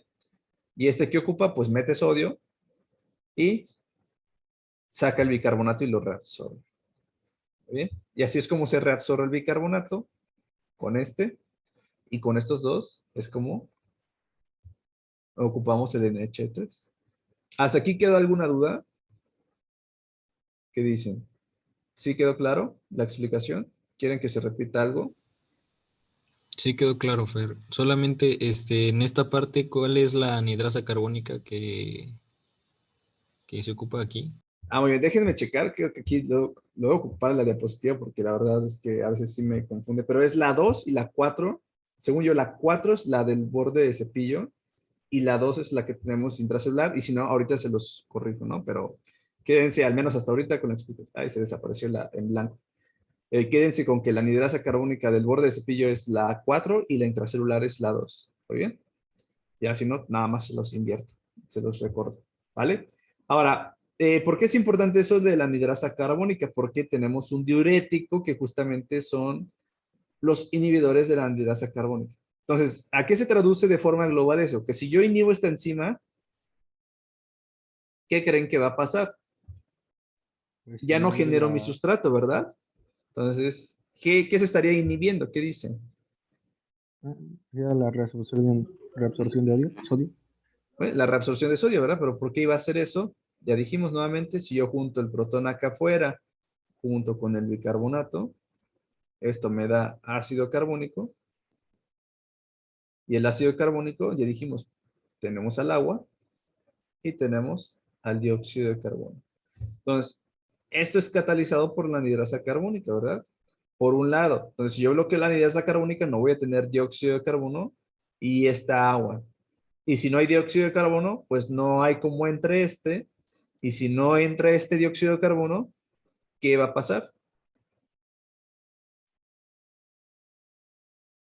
Va a romper todo el ciclo, ¿no? Se rompe prácticamente todo el ciclo. Y pues bueno, este inhibidor de la anhidrasa carbónica es con la que está en el borde del cepillo. La intracelular, acuérdense, con lo intracelular no nos metemos. Entonces, nada más piensen que es desde esta parte, ¿no? Y rompemos con todo el ciclo. Entonces, si yo pues ya no tengo protones, pues aunque yo quiera meter sodio, si no tengo el otro sustrato, si no tengo los protones, pues no tengo cómo puede ayudarme esto. ¿Bien? Y ese lo vamos a ver al final ya, como que sus aplicaciones, contraindicaciones y efectos adversos, porque son fáciles de entender. Muy bien, entonces, ¿hasta aquí alguna duda con la reabsorción de sodio, la secreción de protones y la reabsorción de bicarbonato? ¿Sí queda claro? Sí, Sí, queda de mi claro. parte sí. Muy bien. Nada más, Entonces, sí, a ver. el fármaco que decías era diurético. Es un diurético. Bueno, Sí. todos los que vamos a utilizar ahorita son diuréticos, pero el sitio de acción pues son distintos. En este caso, el diurético se llama inhibidor de la anhidrasa carbónica y el nombre que le vamos a llamar, le vamos a dar es la acetazolamida. Acetazolamida. Ok, gracias, Fer. ¿Vale? Ahí está.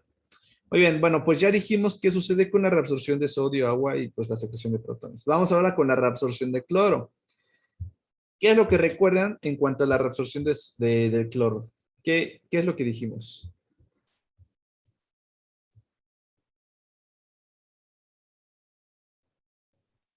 Que va a ser del 65% aproximadamente. Ujú.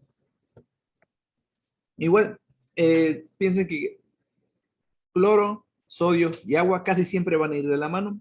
No es la excepción acá.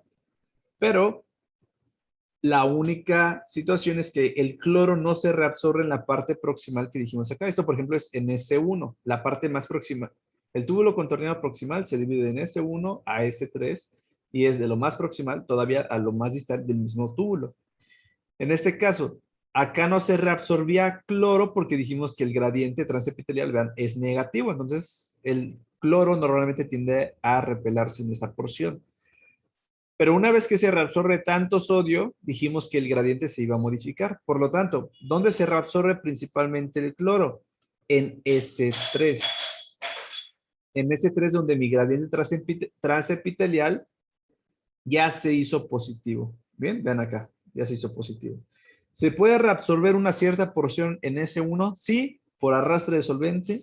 Un arrastre de solvente es donde yo lleve agua, valga la redundancia, como su nombre lo dice, arrastra algo. Pero no es el principal. El principal mecanismo de reabsorción de cloro es en S3, porción más distal, apoyado por un gradiente transepitelial positivo que tiende a atraerlo. Muy bien. Y veamos más o menos cómo es el mecanismo que vamos a tener acá. Ese transporte es de los pocos que utilizan algo llamado transporte activo terciario. Y si ya sonaba complejo el secundario, el terciario, pues lo puede ser un poquito más. Entonces, primero vamos a tratar de explicar más o menos en qué consiste esto. Por así decirlo, la secuencia está sencilla. El transporte activo primario es la bomba sodio y potasio, que es la que genera ese gradiente de sodio. Muy bien. El transporte activo secundario es aquel que va a utilizar esa parte del sodio que se está generando por el primario. Y piensen que el transporte activo terciario es el que utiliza un sustrato que ocupa el secundario. Entonces, esa es como que la secuencia. Ahora, dicho esto, vamos a tratar de explicarlo. Todo depende de lo que ya hemos comentado hasta ahora. Tenemos bomba sodio y potasio, genera el gradiente del sodio para que éste pueda entrar. Ese es el primario. ¿Quién va a ser el secundario? El secundario va a ser el NHE3 que ya hemos utilizado. Por lo tanto, el terciario, ¿qué gradiente creen que va a estar ocupando? Pues el que está generando ahora el protón. Veamos, este protón ya dijimos que se excreta. ¿Ok? Este protón que se excreta, pues bueno, se puede conjugar con una base y esa base, pues bueno, ya la ocupamos para amortiguarlo. Pero ese protón que estamos ocupando, también, para no entrar a detalle, piensen que me va a ayudar a ocupar el transporte terciario a través del transporte de ciertas bases. Entonces, acuérdense, una carga ácida casi siempre va con una parte básica. Entonces, a donde en este caso, donde yo mueva el ácido, yo muevo la base. En pocas palabras. Entonces, vean, si yo estoy secretando la parte ácida, el protón, ¿qué le voy a estar haciendo a la parte básica? Pues también la estoy secretando. Y esta salida de la base, que va de la mano con el protón de salida, la ocupa el cloro para entrar. Hasta aquí, no sé si más o menos le entendieron a la secuencia, el por qué es terciario. ¿Sí queda más o menos claro? Para ya ahorita profundizar un poquito más. Sí. Muy bien. Bueno, entonces, nuevamente, el primario y secundario es lo que hemos comentado. Bomba sodio de potasio, NH3. En este caso, ¿qué me interesa? La parte del protón. Un protón o carga ácida siempre va acompañado de su parte básica. Si yo estoy excretando nuevamente ese protón, ¿qué le voy a hacer a la base? También la excreto. ¿Muy bien? Y esa base que yo estoy excretando sirve para impulsar la entrada de cloro a través de este transportador. Ay, le puse fin de la presentación. A través de ese transportador. ¿Cómo se llama ese transportador? Transportador cloroformiato. Cloroformiato. Ahí está. Es más o menos la palabra que tienen que recordar. Porque la mayoría de veces esa base es el formiato, ¿no? Muy bien. Bueno, pues ya sabemos cómo pasa a nivel apical. En la parte vasocelular, ¿cómo es que sale el cloro? Bueno, el cloro puede salir a través de un canal de cloro, un SIC, un canal de cloro, o puede salir a través de un SIM portador de cloro potasio. Pero casi siempre la vía más importante de salida del cloro hacia el otro lado son canales. Muy bien, y así es como se reabsorbe el cloro. ¿Qué es lo importante? Uno, que se reabsorbe en S3 a través de un gradiente transepitelial positivo. Dos, que es un transporte activo terciario que depende del NH3. ¿Cómo se llama el transportador? Cloroformiato. Muy bien. ¿Y cómo sale el cloro del otro lado? Principalmente por un canal de cloro. Ya, es como que lo más importante referente al cloro. ¿Qué porcentaje va de la mano junto con el sodio? Aunque puede ser un poquito mayor, ¿no? Pero dentro de un 65 hasta un 70%. Muy bien, bueno, pues esto fue el cloro. La pregunta sería, ¿creen que el bloqueo de la anhidrasa carbónica interfiere con la reabsorción del cloro? ¿Qué dicen? Sí. Pues sí, ¿verdad? Por lo mismo de cómo está acoplado con el transporte secundario. Muy bien. La reabsorción del bicarbonato, vean, es lo que más o menos le comentaba. Ya de una vez les aclaro, si es la 4 que está en el borde del cepillo y la 2 si es la intracelular. Muy bien. Pues ya hemos visto cómo se reabsorbe el bicarbonato. Nada más recordar qué tanto se va a reabsorber y ya dijimos un 80% de la carga que se está filtrando. Bien, 80%. También no olvidar los porcentajes. Por ejemplo, ya bajo esta situación, ¿qué estado ácido base creen que me va a producir el bloqueo de la anhidrasa carbónica?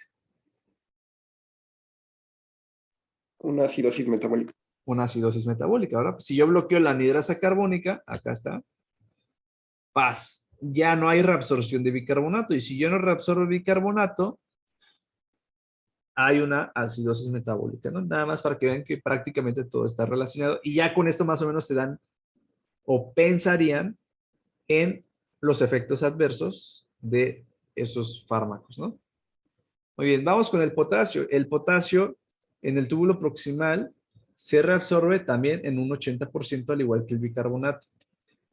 Si bien el potasio aquí se reabsorbe en su mayoría, su control fino se encuentra a nivel distal. Lo único que les puedo decir que lo normal es que ante cualquier cambio del potasio, el túbulo proximal siempre sigue reabsorbiendo el 80%. Y el control fino, que es distal, depende de cómo se encuentra el potasio en sangre.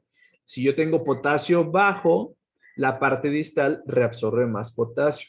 Si yo tengo un potasio alto, la parte distal secreta mucho potasio. Es por eso que ven acá más o menos como que estas modificaciones de que se puede secretar de un 20 hasta un 180%. Por lo general, el potasio pues maneja concentraciones muy pequeñas de 3.5 a 5 o incluso hasta 5.5. Por lo tanto, yo no necesito que el potasio esté tan elevado, ¿verdad? Entonces, la función principal del riñón para el potasio, su función, o sea, lo primordial es que tienda a eliminar el potasio. Y sí, cuando yo tenga potasio bajo, que no es no es lo más frecuente, pues sí, puede reabsorber, pero lo más común es que el potasio elimine, pero en el riñón elimine el potasio. Por eso es que cuando hay falla renal, el potasio se eleva y es muy peligroso. Ya hemos visto por qué. Más para el corazón, ¿no? Puede dar arritmias. Bueno, ¿cómo se reabsorbe el potasio a nivel proximal? Básicamente por transporte paracelular, arrastre de solvente o por el gradiente transepitelial. Acuérdense que potasio tiene una carga positiva y la parte de S1 tiene un gradiente transepitelial negativo. Entonces tiende a ser atraído y por lo tanto se reabsorbe. Pero también, ya que se reabsorbe mucha agua, se puede arrastrar por solvente. Y ya, es como que pues, lo importante, ¿no? Que en esta vía, por eso es que no está tan controlado. Y siempre es que se va a estar reabsorbiendo pues pues un porcentaje ya establecido, ¿no? Que es el 80%. ¿Muy bien? Ya, de esto vamos con los que se reabsorben prácticamente en su totalidad, que es del 98, incluso hasta el 100%. Vamos con la glucosa. La glucosa se reabsorbe prácticamente en el túbulo proximal. Aquí nos dice la imagen que el 2% puede pasar un poquito más hacia distal, pero pues todo se reabsorbe aquí en el túbulo proximal. Y de ese 100%, más del 95% se reabsorbe en S1 y el menos del 5% se reabsorbe en S3. ¿Cuáles son los transportadores involucrados? Bueno, si aquí es donde se reabsorbe más, ese es el que más nos va a interesar, ¿verdad? Y para que no se les olvide, en el túbulo proximal, en S1, donde más se reabsorbe la glucosa, vamos a tener a los transportadores que involucren el número 2. En la membrana vasocelular, perdón, en la membrana apical, tenemos al SGLT2, nuevamente S de sodio, G de glucosa, GL de glucosa y T de transportador. Es otra forma de reabsorber sodio, pero en este caso nos interesa más por la glucosa. Muy bien, entonces es un simportador. Muy bien. Y entonces, ¿cómo es que pasa la glucosa en la membrana vasocelular? A través de un GLUT2. Entonces, vean, tenemos SGLT2 y GLUT2. El GLUT2, ¿qué tipo de transportadores de los que hemos comentado?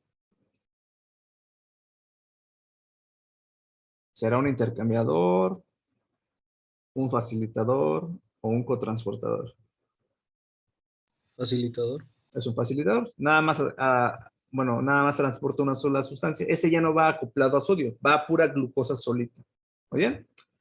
¿Y cuál es la importancia de esto? Pues bueno, tenemos fármacos que inhiben al SGLT2.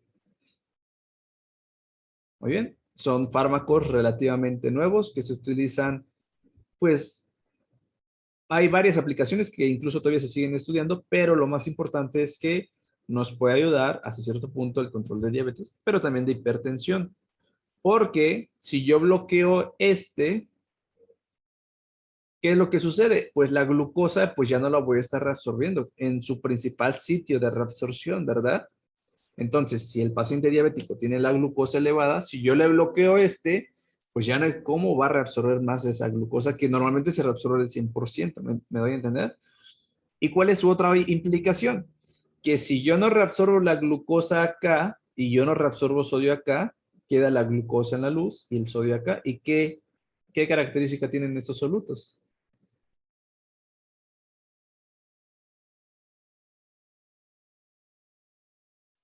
¿Qué le harán al agua? Los atrae, ¿verdad? Son osmóticamente activos. Entonces, pues atraen agua. Y si ustedes tiran mucha glucosa y tiran sodio, tiran agua. Por lo tanto, tiene también un efecto diurético. Tiene un efecto diurético, tiene un efecto, pues hasta cierto punto, hipoglucemiante. Y la parte del efecto diurético es lo que se puede utilizar hasta cierto punto como para controlar la hipertensión, ¿no? Un hipertenso, si le quitas menos agua, menor presión hidrostática, y pues eso se puede lograr gracias a un diurético, ¿no? Entonces imagínense cuántos pacientes hipertensos no son diabéticos y que pueden tener comorbilidades, y es por eso que pues es nuevo, es caro, sí, pero pues se podría utilizar como una buena alternativa en unos cuantos años. Muy bien. Ahora la pregunta es, bueno, les voy a dar como un dato. A pesar de que estos fármacos tienden a controlar, por así decirlo, las cifras de glucosa, no generan hipoglucemias. Es decir, no me disminuyen la glucosa por valores de bajos a 60. ¿Por qué creen que no genera hipoglucemias? La glucosa todavía puede seguir avanzando. ¿Y quién todavía podría captarlo? S3, ¿verdad? Y en S3, ¿a quiénes vamos a encontrar? Al SGLT1 y al GLUT1. Por eso les digo que está sencillo. Los unos van de la mano, los dos van de la mano. Nada más hay que saber dónde los vamos a acomodar. Muy bien. Y les decía, normalmente este reabsorbe menos del 5%. Pero ¿por qué un inhibidor del SGLT2 no me genera hipoglucemias? Pues muy graves, porque este todavía lo puede compensar. O sea, en parte, el SGLT2 reabsorbe más porque se encuentra más proximal, ¿me doy a entender? Pero si yo no lo reabsorbe aquí, las partes distales todavía pueden compensar ese efecto. Y en este caso lo compensa el SGLT2, el SGLT1. ¿Ok? ¿Alguna duda con la reabsorción de glucosa? ¿Sí queda claro esta parte? Sí, Sí. Fer. Todo claro, Fer. Muy bien, entonces, pues aquí, ¿qué nos vamos a estudiar más? La cinética de este transportador, para tratar de entender desde la fisiopatología de la diabetes hasta, pues, el efecto de estos fármacos que justamente acabamos de poner. Muy bien. Aquí abajo les voy a poner la concentración de glucosa en plasma. Acuérdense que esta normalmente debe estar de 60 hasta 99 o hasta 120, ¿no? Aproximadamente. Ya de ahí, pues, las cifras que para un diabético, etcétera. Pero vean, más o menos acá tenemos menor a 200 miligramos por decilitro, algo que se llama umbral de la glucosa. Y vean que hasta este momento, todo lo que se filtra se reabsorbe. Eso es lo que ven acá. Incluso le voy a dar, bueno, Lo voy a poner primero y después le doy zoom. Vean, todo lo que se filtra se reabsorbe. Pero una vez que pasamos de estos 200, vean qué es lo que sucede. Si todo lo que se filtraba se reabsorbe, pues no había por qué apareciera la glucosa en orina. Pero una vez que tenemos más de 200 de glucosa en sangre, vean, la excreción de glucosa empieza a aumentar. Y algo me está diciendo, si yo ya estoy tirando glucosa a través de la orina, es porque mis transportadores ya se empiezan a saturar. Entonces, 200 miligramos por decilitro se le llama umbral de la glucosa. Es decir, a partir de esa cantidad ya empieza a haber glucosuria, ya es detectable. ¿Muy bien? Empieza, no es tan grave, pero ya empieza a haber glucosa en orina. Bueno, pues resulta que si nosotros seguimos incrementando la concentración de glucosa, más o menos llegando hacia los 400, 380, 400, ¿qué es lo que sucede? Vean que la excreción empieza a incrementar ya de forma exponencial en relación con lo que se está filtrando, pero aquí lo que nos interesa es que, pues por más que quiera, voy a ponerlo en rojo, pues ya por más que quiera, ya no voy a reabsorber nada, o ya no voy a reabsorber más aunque le esté metiendo. A eso se le llama transporte máximo de la glucosa. Y es aproximadamente de 280 miligramos de glucosa. ¿Muy bien? Vamos a tratar de entender esto. Supongamos que ahorita voy a poner todo el túbulo proximal y varios transportadores de glucosa. Todo eso es el túbulo proximal. Piensen que es como que un caminito. Y aquí tengo pues varios transportadores de glucosa. Ahí está. ¿A qué es sinónimo el umbral? Que lo puse aquí con azul marino. El umbral es que cuando se satura un transportador, pues en lo que aportaba ese transportador, pues ya la glucosa no se reabsorbe. Y si ya no se reabsorbe la glucosa pasa a la orina y tenemos glucosuria, ¿no? A partir de los 200. Ese es el umbral, cuando ya se empieza a saturar desde el más mínimo cambio. ¿Y cuál es el transporte máximo? Cuando, ese lo puse en rojo, ¿ok? Cuando saturo por completo todos los transportadores. Entonces, por más que yo quiera, ya no hay cómo reabsorber glucosa.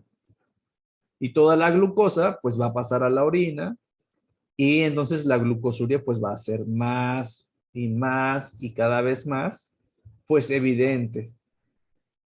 ¿Y cuál es el proceso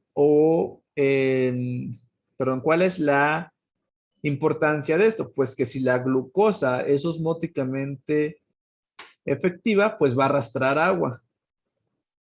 Y esta agua que va a estar arrastrando, ¿qué nos va a dar de las P's características de un paciente diabético? Poliuria. La poliuria. ¿Ok? Pues ya sabemos de dónde viene la poliuria, porque se saturan los transportadores de glucosa. ¿Qué otras P's tenemos para un paciente diabético? Polidipsia y polifagia.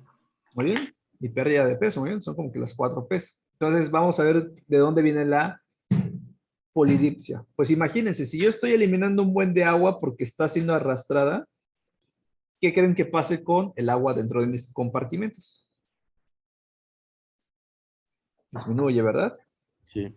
Y aquí acuérdense, el efecto es por la glucosa. El sodio no le estoy generando nada, ningún cambio.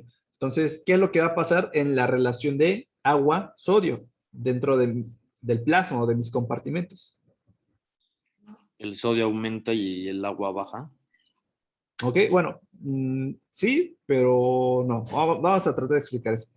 Como disminuye el agua, el sodio no se mueve realmente. Lo único que sucede es el cambio relativo. Al disminuir el agua, es como si se estuviera concentrando. ¿Qué va a pasar con la osmolaridad? Aumenta. Aumenta la osmolaridad. Y a ver si han puesto atención a todo esto. ¿Cuáles son los dos mecanismos que regulan la osmolaridad? La sed.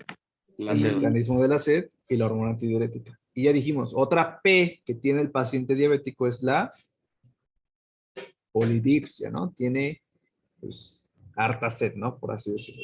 Harta. Ahí está. Muy bien. Y la polifagia, pues más o menos viene de esta conducta de consumo. Bien, entonces, pues así es como se entienden las cosas. ¿Alguna duda entonces con lo que es umbral y transporte máximo? ¿Sí se distingue? ¿Sí quedó claro como que qué es uno y qué es otro? ¿Y los valores? Sí, nada más los valores, el de transporte máximo, no escuché bien si era 380 o 280.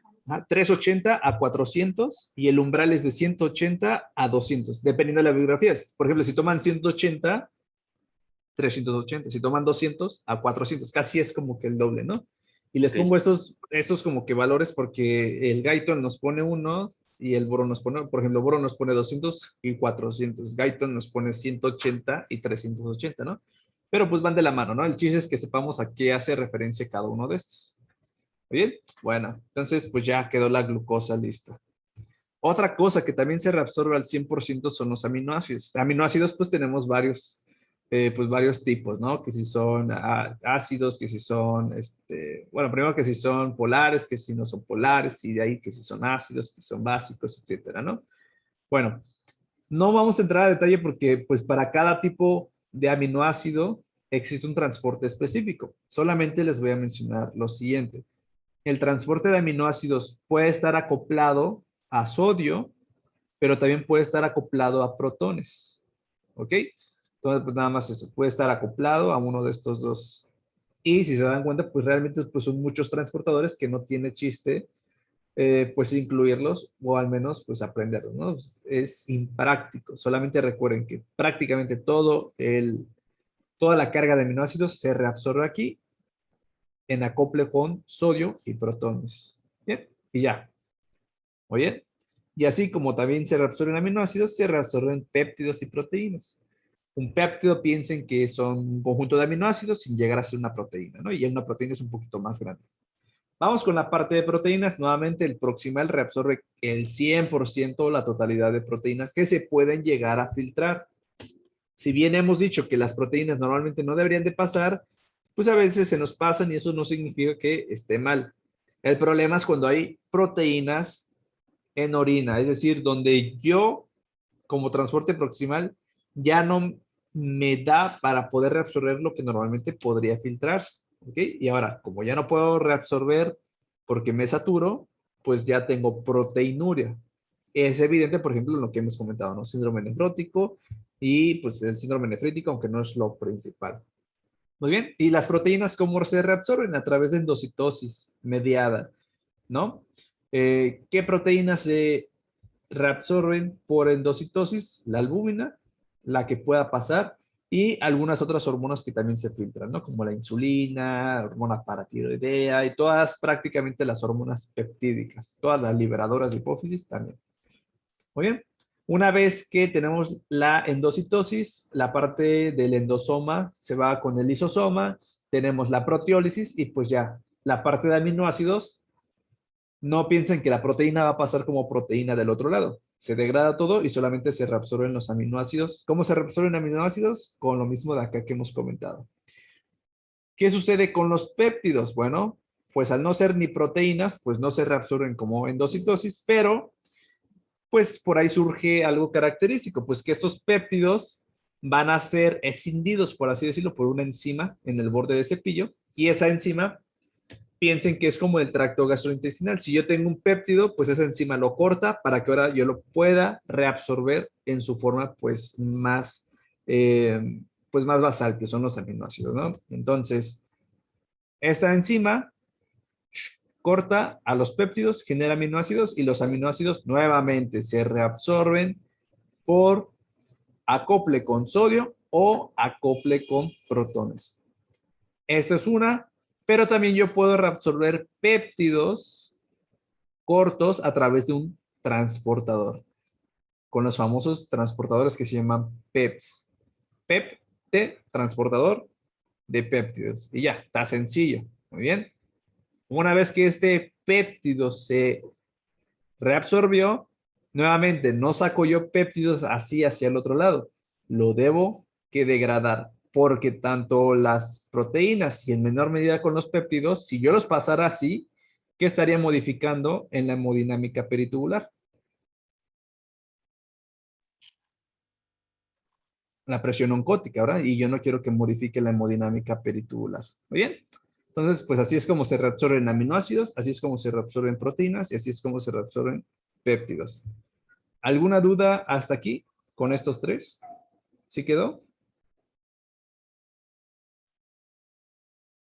Sí quedó, Fer. Muy Sí, bien. de mi parte sí. Entonces, pues seguimos, ya tenemos los que se reabsorben prácticamente al 100%.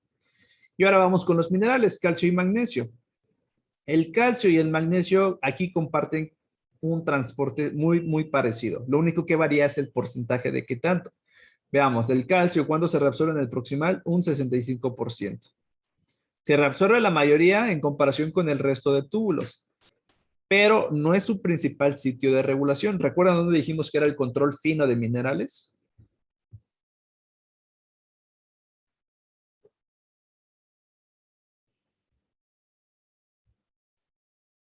El túbulo colector. ¿No? Es el control fino del sodio y del agua. Es en el túbulo distal, ¿vale? En el túbulo distal es el control fino de minerales. Aunque aquí se reabsorbe la mayor carga, no es el control más fino porque no tiene cómo regularse y ahorita vamos a ver por qué.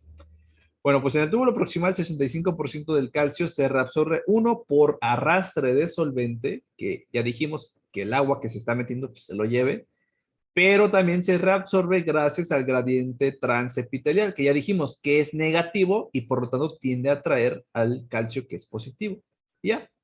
Así de fácil. No hay canales, no hay transportadores. Aquí es nada más por vía paracelular exclusivamente.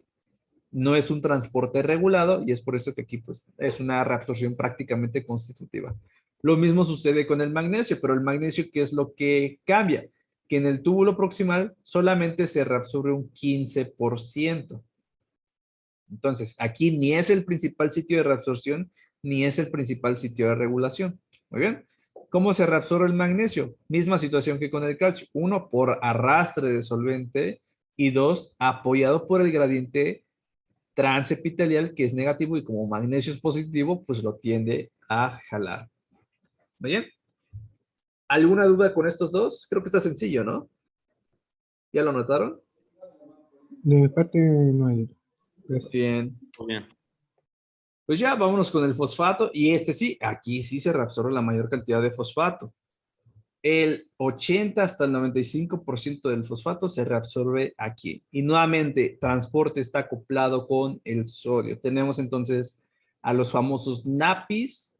¿De dónde viene el NAPI? Ya les dije, el transportador está sencillo. Sodio, Na, Pi, fosfato inorgánico. Así es como se reabsorbe. ¿Y cuáles son? Los 2A y los 2C. Y tenemos otro transportador que es el PIT2. Y fosfato inorgánico, T, transportador y pues el 2. Entonces piensen que todos son 2. NAPI 2, PIT 2 y pues uno acá nada más. A y C, ¿no? Bueno, pues ya tenemos cómo se reabsorbe prácticamente el fosfato.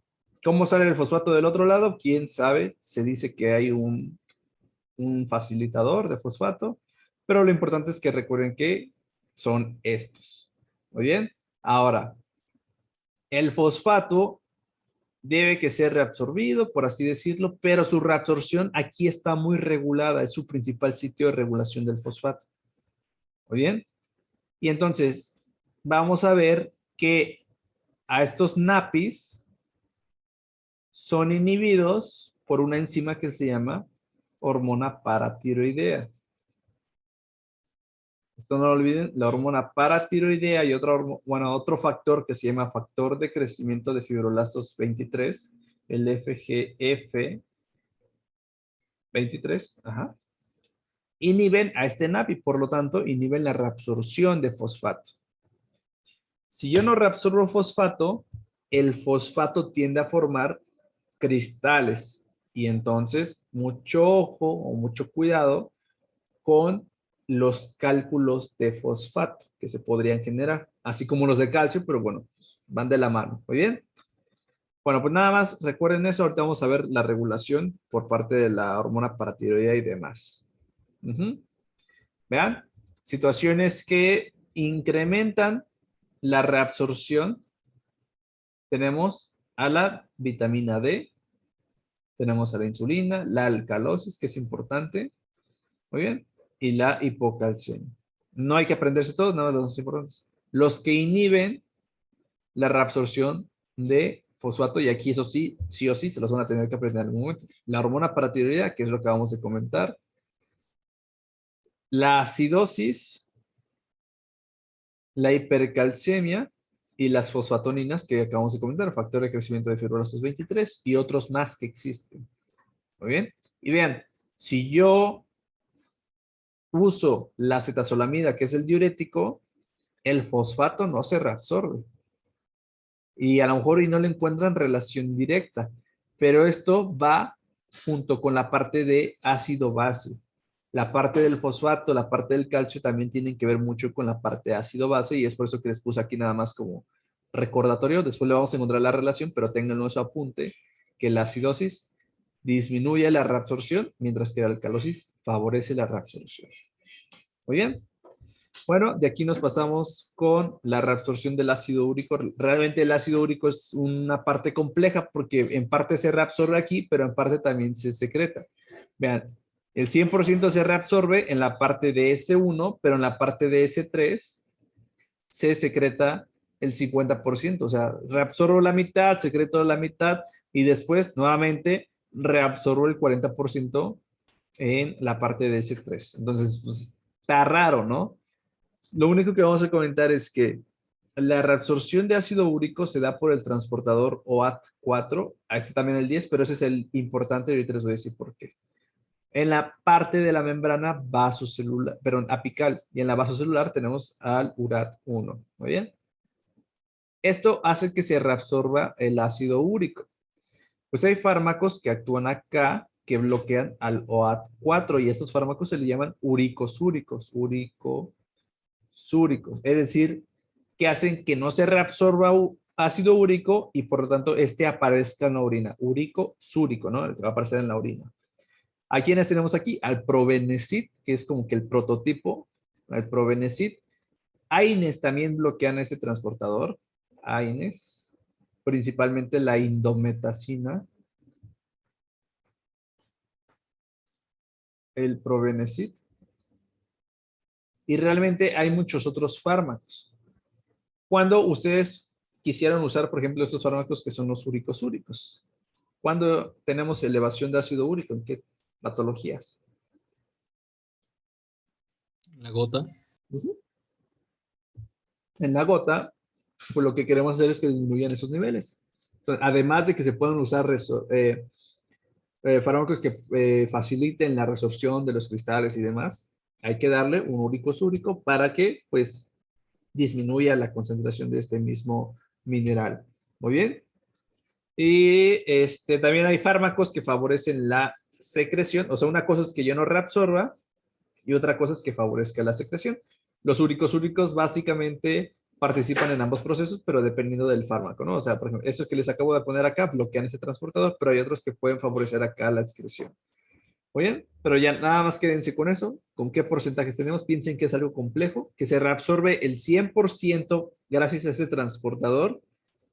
Y si ese es el sitio principal de reabsorción, hay que usar un fármaco acá. Muy bien, pero también se puede secretar, entonces nada más consideren pues esta situación. Muy bien. Es más como la parte farmacológica que nos interesa. En la parte de secreción, también dijimos que tenemos secreción de aniones y cationes orgánicos o ácidos y bases orgánicas. Muy bien.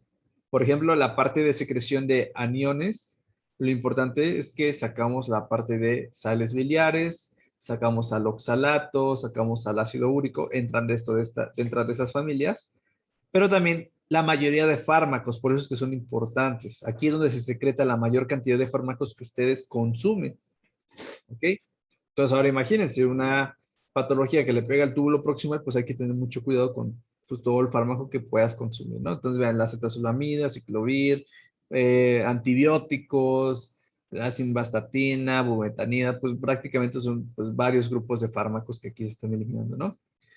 ¿Y cómo se le llaman a estos transportadores? Nuevamente tenemos al OAT4, que ocupa el ácido úrico, pero también tenemos otros transportadores que se llaman familia teletransportadores ABC o acoplados a cassette. Y estos no son bombas, pero también son el transportador activo primario. Yo creo que han escuchado, por ejemplo, el transportador de la conductancia para la fibrosis quística, el CFTR, pues es uno de estos. Los fármacos que ayudan a transportar sales biliares, colesterol, también son estos. Pues muchos dependen de esto, ¿no? Entonces es un transporte activo que va a ayudar a la secreción, ocupa hidrólisis de ATP, pero no es una bomba, es un transportador ABC o acoplado a cassette. ¿Bien? Es como que lo importante, hay muchos, sí, no hay que aprendernos, nada más hay que saber la familia global y que pues fármacos pueden ser transportados por esto. Lo mismo sucede con la parte de aniones orgánicos. ¿Quiénes son los que vamos a secretar? La creatinina, que es el que más nos interesa, y las catecolaminas, esos endógenos. Pero otras drogas como la atropina, la milorida, la procainamina, pues varios otros fármacos, ¿no? Importante para la parte de la creatinina es que lo podemos secretar a través del transportador MDR1, que es nuevamente un ABC, o por un intercambiador que se llama MATE. Y este intercambiador es el que comentábamos más o menos en el transporte activo secundario que ocupaba, activo terciario que ocupaba el cloro.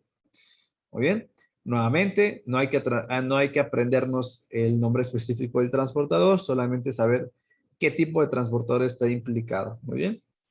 Y en este caso sí las sustancias, la creatinina por su importancia de que tiende a secretarse, ¿cuánto? Un 20% se secreta de la creatinina. Muy bien. Y eso es importante para estimar la tasa de filtración.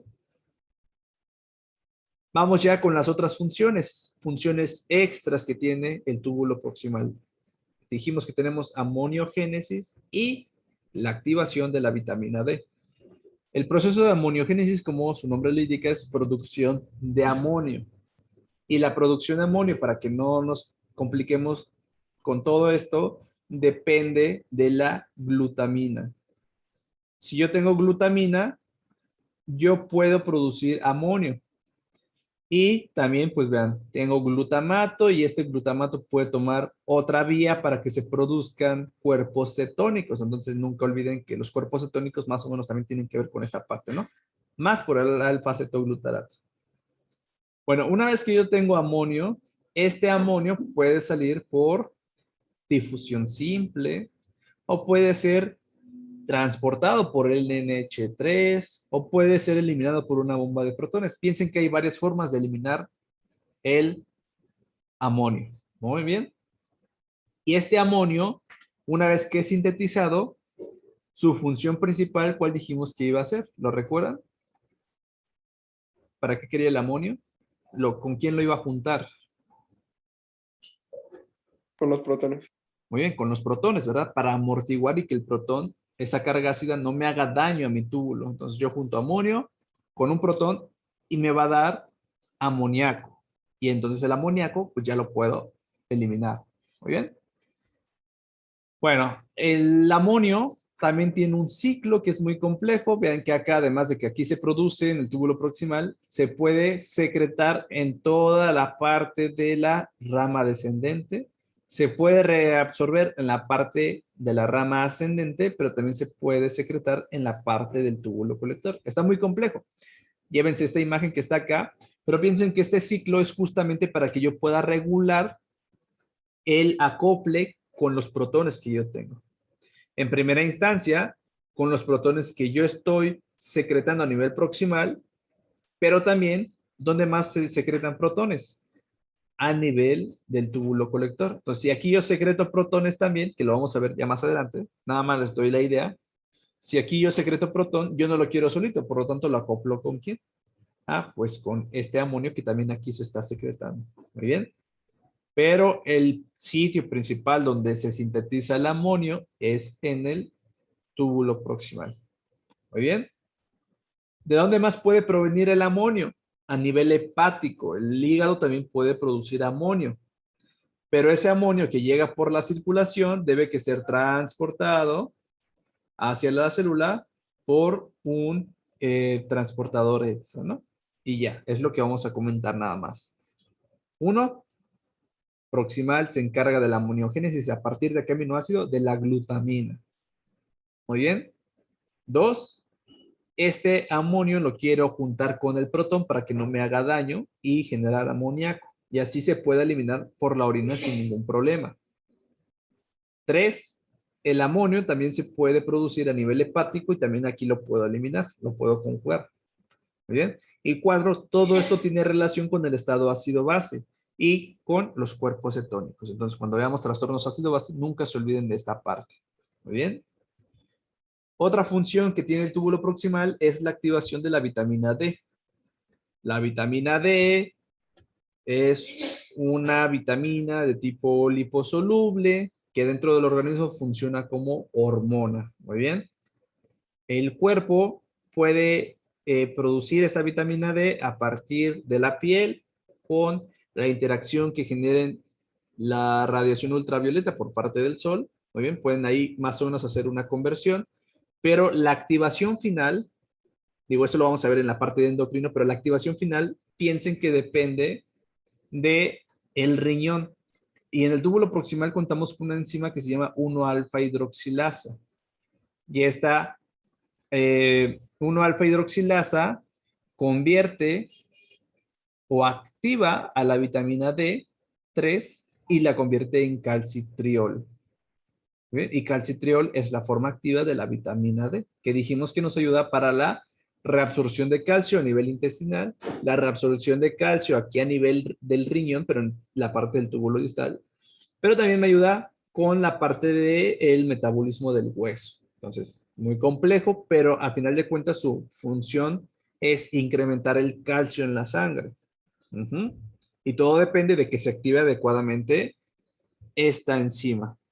Y esta enzima, ¿quién la activa también? La hormona paratiroidea.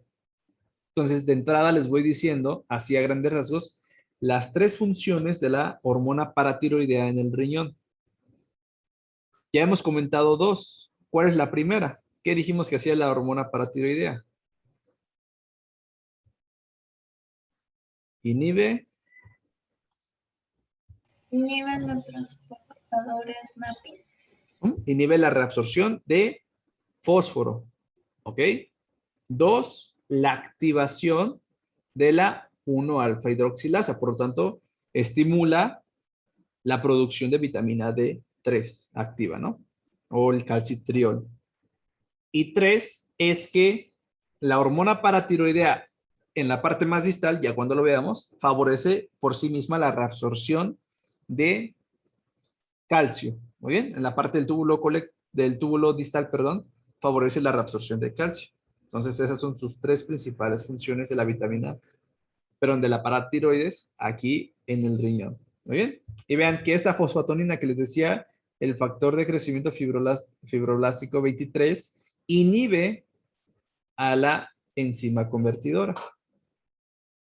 ¿Cuándo aparece este factor que ya dijimos que también inhibe la reabsorción de fósforo? Cuando tenemos una enfermedad renal crónica, es cuando es más evidente. Este sube por completo y entonces nos genera algo llamado osteodistrofia renal. O sea, que tenga problemas con el hueso que tienen que ver con el riñón, cuando pues a lo mejor ni le encontramos relación. Pero vean, todo esto depende de un equilibrio entre riñón, hueso e intestino. Y obviamente por la paratiroides, que es donde se sintetiza la hormona. Bien, entonces piensen que toda esta interconexión, si es que falla el riñón, le va a pegar al hueso. Y es por eso que tenemos esta osteodistrofia renal. Muy bien, no vamos a entrar al detalle, nada más consideren que cuando falla el riñón, no hay vitamina D3 activa, no se reabsorbe calcio, ¿ok? Pero a su vez, ¿qué es lo que sucede? El fosfato en el cuerpo incrementa. ¿Por qué? Porque pues ya no tengo toda esta parte compensatoria, ¿no? Entonces, pues es muy complejo, pero nada más llévense, si falla el riñón, tengo problemas con el metabolismo del calcio y fosfato. Muy bien. Ya para terminar la parte clínica, vamos con el diurético y vamos con la canalopatía. el diurético que ocupamos acá es inhibidor de la anhidrasa carbónica. Vean, si yo inhibo la anhidrasa carbónica, no tengo dióxido de carbono y no tengo agua. Y si no tengo esto, pues prácticamente, pues inhibo todo el ciclo. ¿Bien? Entonces, al inhibir todo el ciclo, pues básicamente ya no tengo ese principal transporte del sodio que dijimos que es por el NH3. Muy bien. ¿Para qué se utiliza? Si bien es un diurético, su función principal en la clínica no es tal, porque tenemos otros diuréticos que son más efectivos. Pero ¿en qué situaciones se pueden utilizar? Uno, recordarles que esta anhidrasa carbónica no nada más la tenemos acá en el riñón. La encontramos en el eritrocito, la encontramos dentro del encéfalo, en la parte de producción, por ejemplo, del líquido cefalorraquídeo, ahí la tenemos. En la parte de producción del humor acuoso dentro del ojo, también ahí la tenemos. Entonces, una de sus utilidades es en el glaucoma, vean, porque si me ayuda a producir el humor acuoso, si yo inhibo la producción excesiva de humor acuoso, pues bueno, disminuye la presión intraocular que nos genera el glaucoma, ¿no? ¿En qué otra cosa nos puede ayudar? En la hipertensión intracraneal de tipo idiopático. Si ya dijimos que ese también me ayuda a producir líquido cefalorraquídeo, si yo lo bloqueo, disminuye este volumen, y si yo tenía hipertensión, pues disminuye la hipertensión intracraneal. ¿Muy bien? ¿Y en qué otras situaciones? Si ya dijimos que si yo bloqueo tiende a llevarme a una acidosis metabólica, ¿verdad? Entonces, ¿cuándo lo utilizamos? En una alcalosis metabólica, para tratar de compensar con un golpe contrario. Y de sus aplicaciones más importantes, que es como el tratamiento inicial, es en la enfermedad o el mal de montaña. Ese es donde subimos de repente a una gran altitud y empezamos con que hipercapnia y todo eso. Piensen que esta anhidrasa carbónica también la utiliza el centro respiratorio para que pueda censar toda la parte de los gases corporales, ¿no? Que principalmente es el dióxido de carbono. Muy bien, entonces, a grandes rasgos, glaucoma, enfermedad o mal de montañas y la hipertensión intracraneal de tipo idiopático. Son como que los principales, porque para tratar una alcalosis metabólica existen otras medidas y como diurético existen otros diuréticos. Entonces, nada más llévense estos tres. Efectos adversos, vamos a ver si queda más o menos claro. Si ya dijimos que bloqueamos acá por completo, ya dijimos que nos va a llevar a una acidosis metabólica. ¿Bien? Y aquí les voy a dar como que una breve introducción. Cuando tenemos una acidosis metabólica secundaria a la falla de un túbulo, a esas acidosis se les van a llamar acidosis tubulares renales. La acidosis tubular renal que le corresponde al túbulo proximal es la tipo 2. Por lo tanto, si yo bloqueo esto, me va a dar acidosis metabólica. Túbulo proximal, ¿qué tipo va a ser? Acidosis tubular de tipo 2. Muy bien. ¿Qué otra cosa va a haber? Intoxicación por amonio y amoníaco. Porque ya dijimos que el NH3 me da ese protón para que se pueda eliminar junto con el amonio. Si yo ya no tengo protones que estoy eliminando, ¿qué va a pasar con ese amoníaco? Se va a reabsorber, pero ya no se va a poder eliminar, porque para eliminarlo lo necesito acoplar, ¿verdad? Entonces, si no lo acoplo, no tengo con qué acoplarlo, incrementa la sangre y nos da esa intoxicación por amonio o amoníaco. Muy bien. Nos va a generar hipocalemia. Esto después se los explico porque nada más recuerden. Disminuye el potasio. Y vean, promueve la formación de cálculos de fosfato de calcio. Por eso que les decía, calcio y fosfato van mucho con la parte del pH. En este caso, como vamos a tener un pH alto, un pH alcalino por esta parte, ¿verdad? ¿Qué va a pasar? Tienden a precipitarse y al precipitarse, pues generan un cálculo, ¿no? Nuevamente, efectos adversos, acidosis metabólica, que aquí le vamos a llamar acidosis tubular renal tipo 2 porque es proximal. Como no se elimina bien el amonio y el amoníaco, intoxicación de estos. Tiende a formarse cálculos de fosfato cálcico, por esto de que el pH está alcalino, porque no estoy excretando protones, está alcalino, tienden a precipitarse. Y por último, hipocalemia. ¿Muy bien? ¿Hasta aquí alguna duda? Sí, como que le fueron entendiendo más o menos a estos, tanto de indicaciones y las reacciones adversas, o sea, ¿sí las pudieron asociar? Sí, sí, claro. Muy bien, y ya para terminar, perdón por pasarme los 10 minutos, la tubulopatía que tiene que ver con el túbulo proximal es el síndrome de Fanconi. ¿Qué sucede con el síndrome de Fanconi? Es prácticamente que no funciona nada del túbulo proximal. Entonces, ustedes ya para terminar, y si quieren participar para ver si es que lo entendieron, ¿a qué se traduce toda esta falla proximal? Con todo lo que hemos visto de sus funciones principales. ¿Qué es lo que no va a pasar?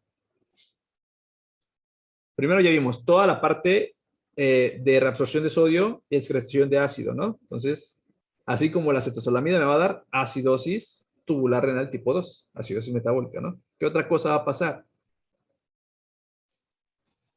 No va a haber activación de la vitamina D. No hay activación de la vitamina D, muy bien. Y si no hay activación de la vitamina D, ya dijimos todo lo que conlleva al efecto de que si es en el niño, porque si es un síndrome, lo más común es que va a ser en un niño.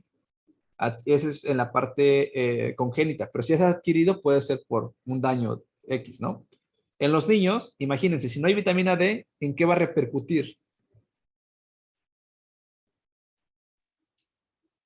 En los huesos. En el crecimiento. Entonces, pues vamos a tener esta parte de que si no hay vitamina D, ¿cómo se le llama a esa entidad? En la parte de los niños.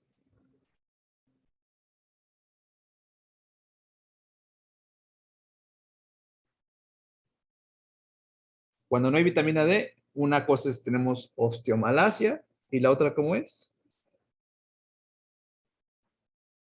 ¿Raquitismo? Osteoporosis. Y raquitismo, ¿verdad? Entonces, aquí, ¿qué vamos a tener si es en el niño? Raquitismo. Raquitismo, muy bien. En los adultos va a dar osteomalacia, muy bien. Entonces, vamos a tener problemas ahí con los huesos porque no hay vitamina D, muy bien. ¿Qué otra cosa vamos a tener? ¿Qué se reabsorbe al 100%? La glucosa. Aminoácidos, proteínas. Entonces, nuestra parte energética va a estar disminuida porque pues prácticamente todo lo que estoy consumiendo, o debo que mantenerlo constantemente con la ingesta porque la pérdida no lo voy a recuperar. Todo se va a ir a la orina. Entonces voy a tener aminoacidurias, voy a tener glucosuria y voy a tener proteinuria y yo no quiero eso, ¿verdad? Muy bien. Y por último, si aquí se reabsorbe el 65% de sodio y agua, y ya no tengo pues esta capacidad de reabsorber, ¿a qué me va a llevar? Poliuria. Ok, por una parte a poliuria, pero dentro de todo el organismo, Deshidratación. a deshidratación. Y ahí están los datos clínicos. Voy a tener toda la parte de compromiso por parte de la vitamina D, con la parte ósea, le dijimos, raquitismo osteomalacia, dependiendo de dónde esté. 2, si aquí se reabsorbe la mayor cantidad de sodio y agua, voy a tener deshidratación. 3, si esto tiene que ver con la parte ácido-base, voy a tener acidosis tubular renal tipo 2, acidosis metabólica. 4, la parte energética, ¿verdad? Porque aquí se reabsorbe pues, la principal pues, cantidad de solutos energéticos. Y por último, pues esto puede ser causada por la parte hereditaria, enfermedad de Wilson, que tiene que ver con la parte del cobre, tirosinemia, cualquier trastorno que tenga que ver con aminoacidurias, que así se llaman, que es decir, no se pueden reabsorber aminoácidos, tienen que ver, isquemia, mieloma múltiple, fármacos que se utilizan para el cáncer, ¿sí? Quimioterapia como la isofosfamida y el cisplatino, pueden generar daño específico en el túbulo proximal. Y por último, pues intoxicaciones, ¿no? O envenenamientos característicos. Muy bien, hasta aquí, ¿alguna duda? Hasta aquí la vamos a dejar. ¿Sí quedó claro? ¿Sí le fueron entendiendo la secuencia? Sí, todo muy bien. Sí, Fer. quedó muy chido. Muy bien, entonces, para la siguiente sesión, vamos a ver el resto de túbulos. Ya está más práctico, creo que le fueron entendiendo la secuencia y pues ya, hasta ahí le vamos a dejar.